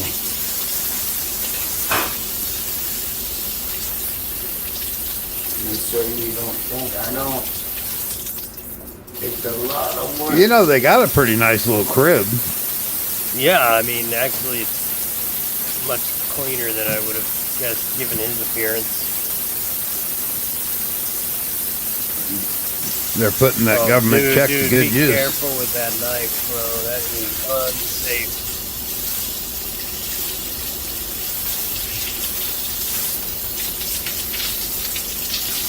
He has an unusual washing style. Very unorthodox. There's a good adjective, unusual. Yeah.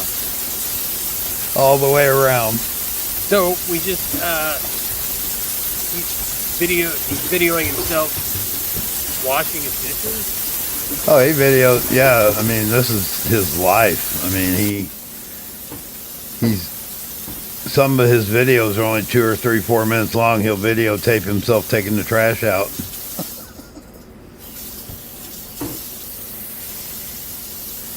Is his partner there? I didn't really get a sense of her, other than wear really poofy shirts when she's mixing. I think they're made. I think they're made for each other. If that says anything.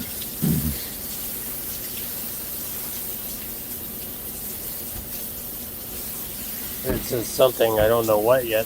This is hypnotic, I'm going to tell you.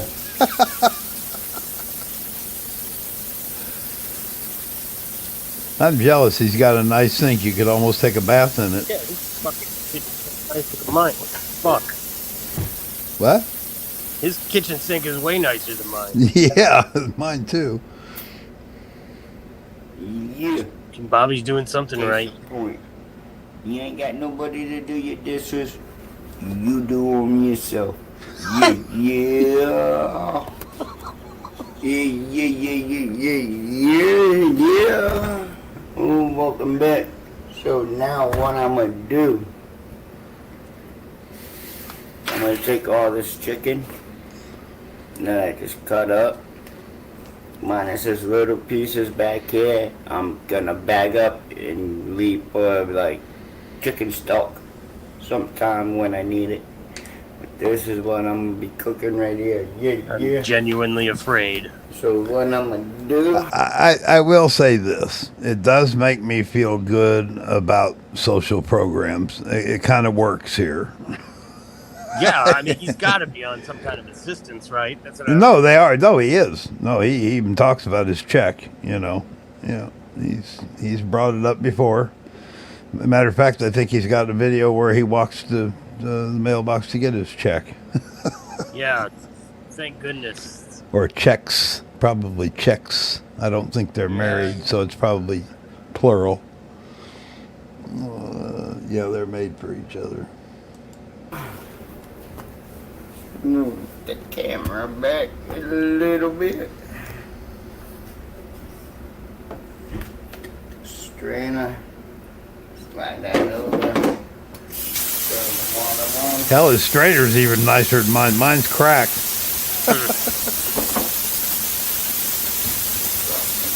Chicken in there. So I just give it a good rinse.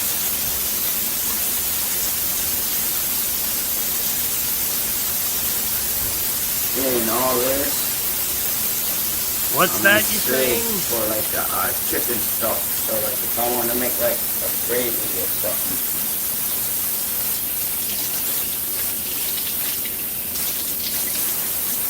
I'm gonna take this. Rinse these off.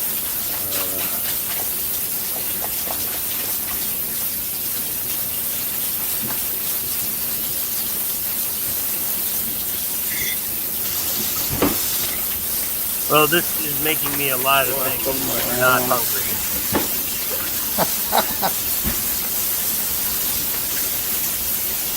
I wish I could find, there's a video where he gets arrested,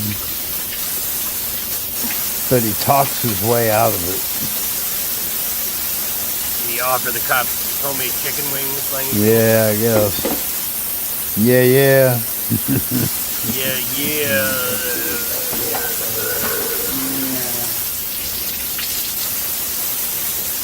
Yep, comes the antibacterial soap. Good for him. Well, that's smart.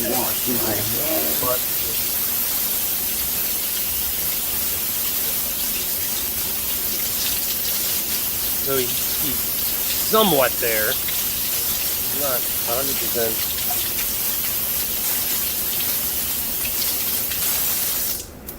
This is still annoying as hell to watch. I can get taken care of later.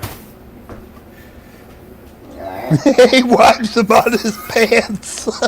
Yeah. I retract everything I just said. Thank you, Mr. McCormick. Grill mix. Roasted garlic and herb. Yeah. I'm gonna just take this whole thing.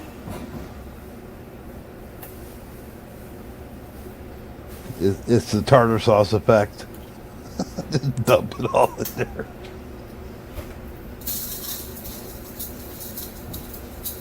Wow. Dump it in. And this is what we're gonna be cooking our.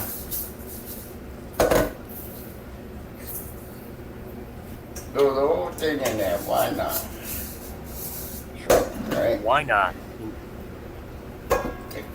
Chicken. Dump it in there like that.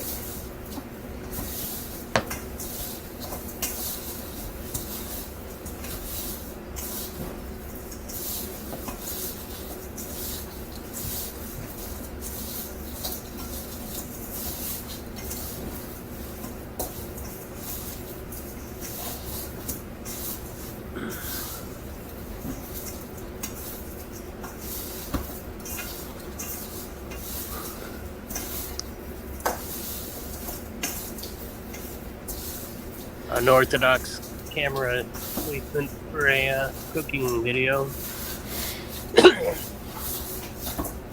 Halfway across it up. Yeah. I don't even know if she's in this one. I guess not.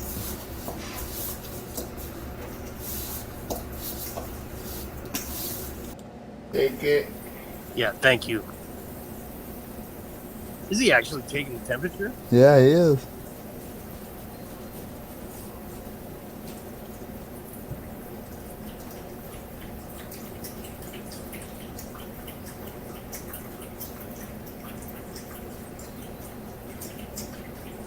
Dog drinking something from that. See, I don't.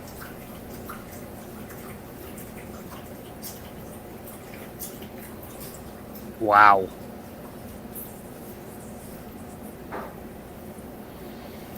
Meet the mama that says another couple minutes on these. Does he just bake them all the way? Safe than sorry. So I'll put them back on for another like 7 minutes. Oh, good. You got time to do some dishes. How long have you had them in, baby? Oh, there she is. 30 minutes so far. It should be done. Wow. Or maybe, okay, you can do like 5 more minutes and then we all set. Like I said, I'm gonna do 7 more minutes. Yeah. Better to be safe than sorry. Yeah, then they'll definitely be done. Yeah. It should be done within 7 minutes so that way I know it's safe to eat. Chicken. Oh no, like I'm really not a chicken person, but you know what? I'm cooking chicken. Yeah, yeah. Alright. Yeah. Wow. It's time. These things gotta be done by now. No matter what, they gotta be done. Cooking.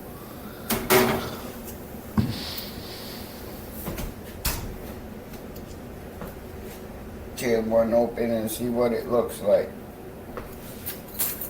Don't show us, buddy. I don't trust those thermometers. I Oh, trust it's by gonna what go. it looks like.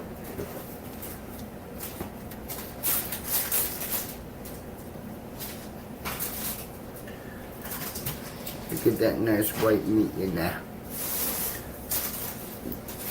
Amazing. Nice white meat in there. Yeah. Yeah. They are dumb. Yeah. Yeah. Chicken wings. Yeah. Yummy in your belly. Yeah. Come back with a taste test in a bit. You know it. Yeah.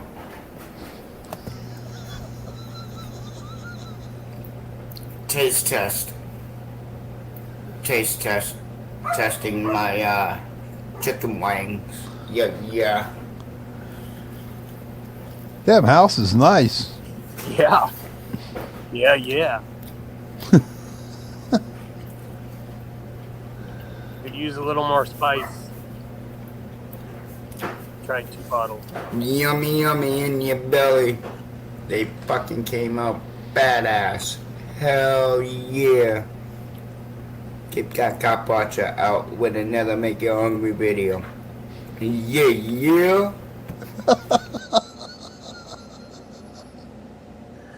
Well. Oh, Bobby. That's enough for me. Yep. That's a good way to end, though. I'm gonna have to remember that. It's always nice to get up here laughing. I feel refreshed. Yeah, I mean, there's really nowhere to go from there. After watching all that depressing immigrant stuff. You know, it's interesting. He did bring up in that one video, because the gal down at the shelter on Sunday, she was talking about one of the things getting out of Venezuela was how bad the gangs were. You know, and he did that video on the gangs. And I was, I hated to break the news to her that it's not much better here. Anyway. Nope. Yeah, there you go, Vaughn. Gangs are using the migrants in New York City, probably here in LA too. Cape Cod Cop Watcher, Vaughn, in case you want to get a good laugh. He's got, well, see how many videos Or does if he you have? want cooking tips. He's got 637 videos. Yeah. Yeah. Now, a lot of them are real short. He's got a lot of them that are just a couple minutes long. He was notorious for making 2 and 3, 4 minute videos.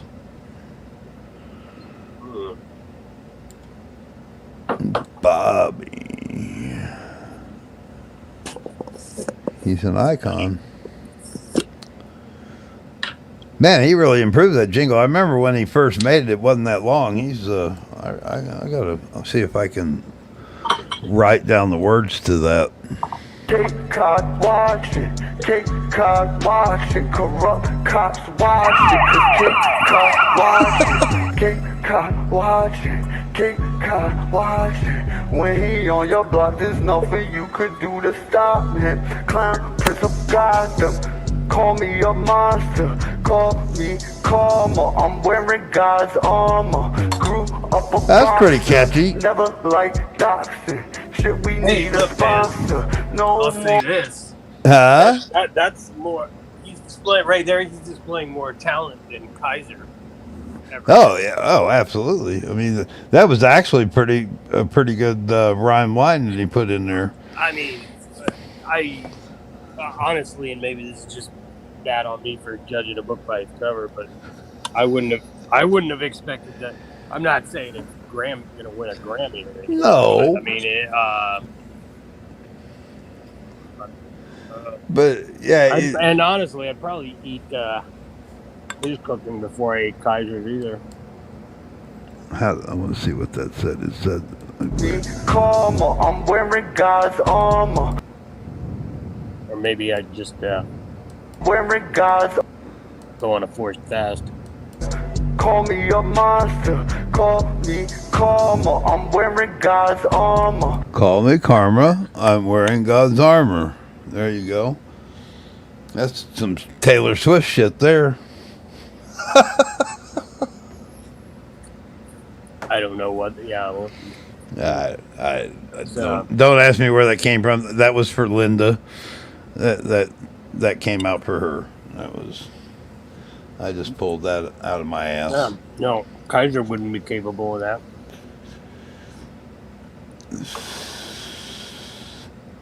Yep, he saves homeless women, he cooks and sings. What more would you want?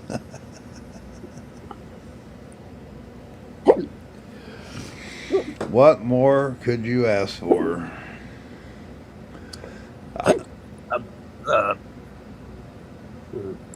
I think I need to go through some of Bobby's stuff, though, and come up with a new intro. I could make a whole intro off Bobby's material. Yeah. Oh, God. We'll get the one. What did I start? Oh, no. Yeah.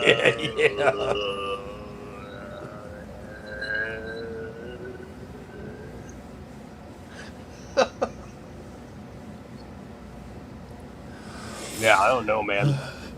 All right, ladies and gentlemen, it sounds like a good note to kill it on. Love you guys. I appreciate hanging out, all 12 of us or whatever. It's been fun. It reminds me of old times. That was some good fun. Thank you, Yvonne, for everything. Let me know if you want me. Send me that info if you want me to put it on my channel. I'll be more than happy. All right. See you guys.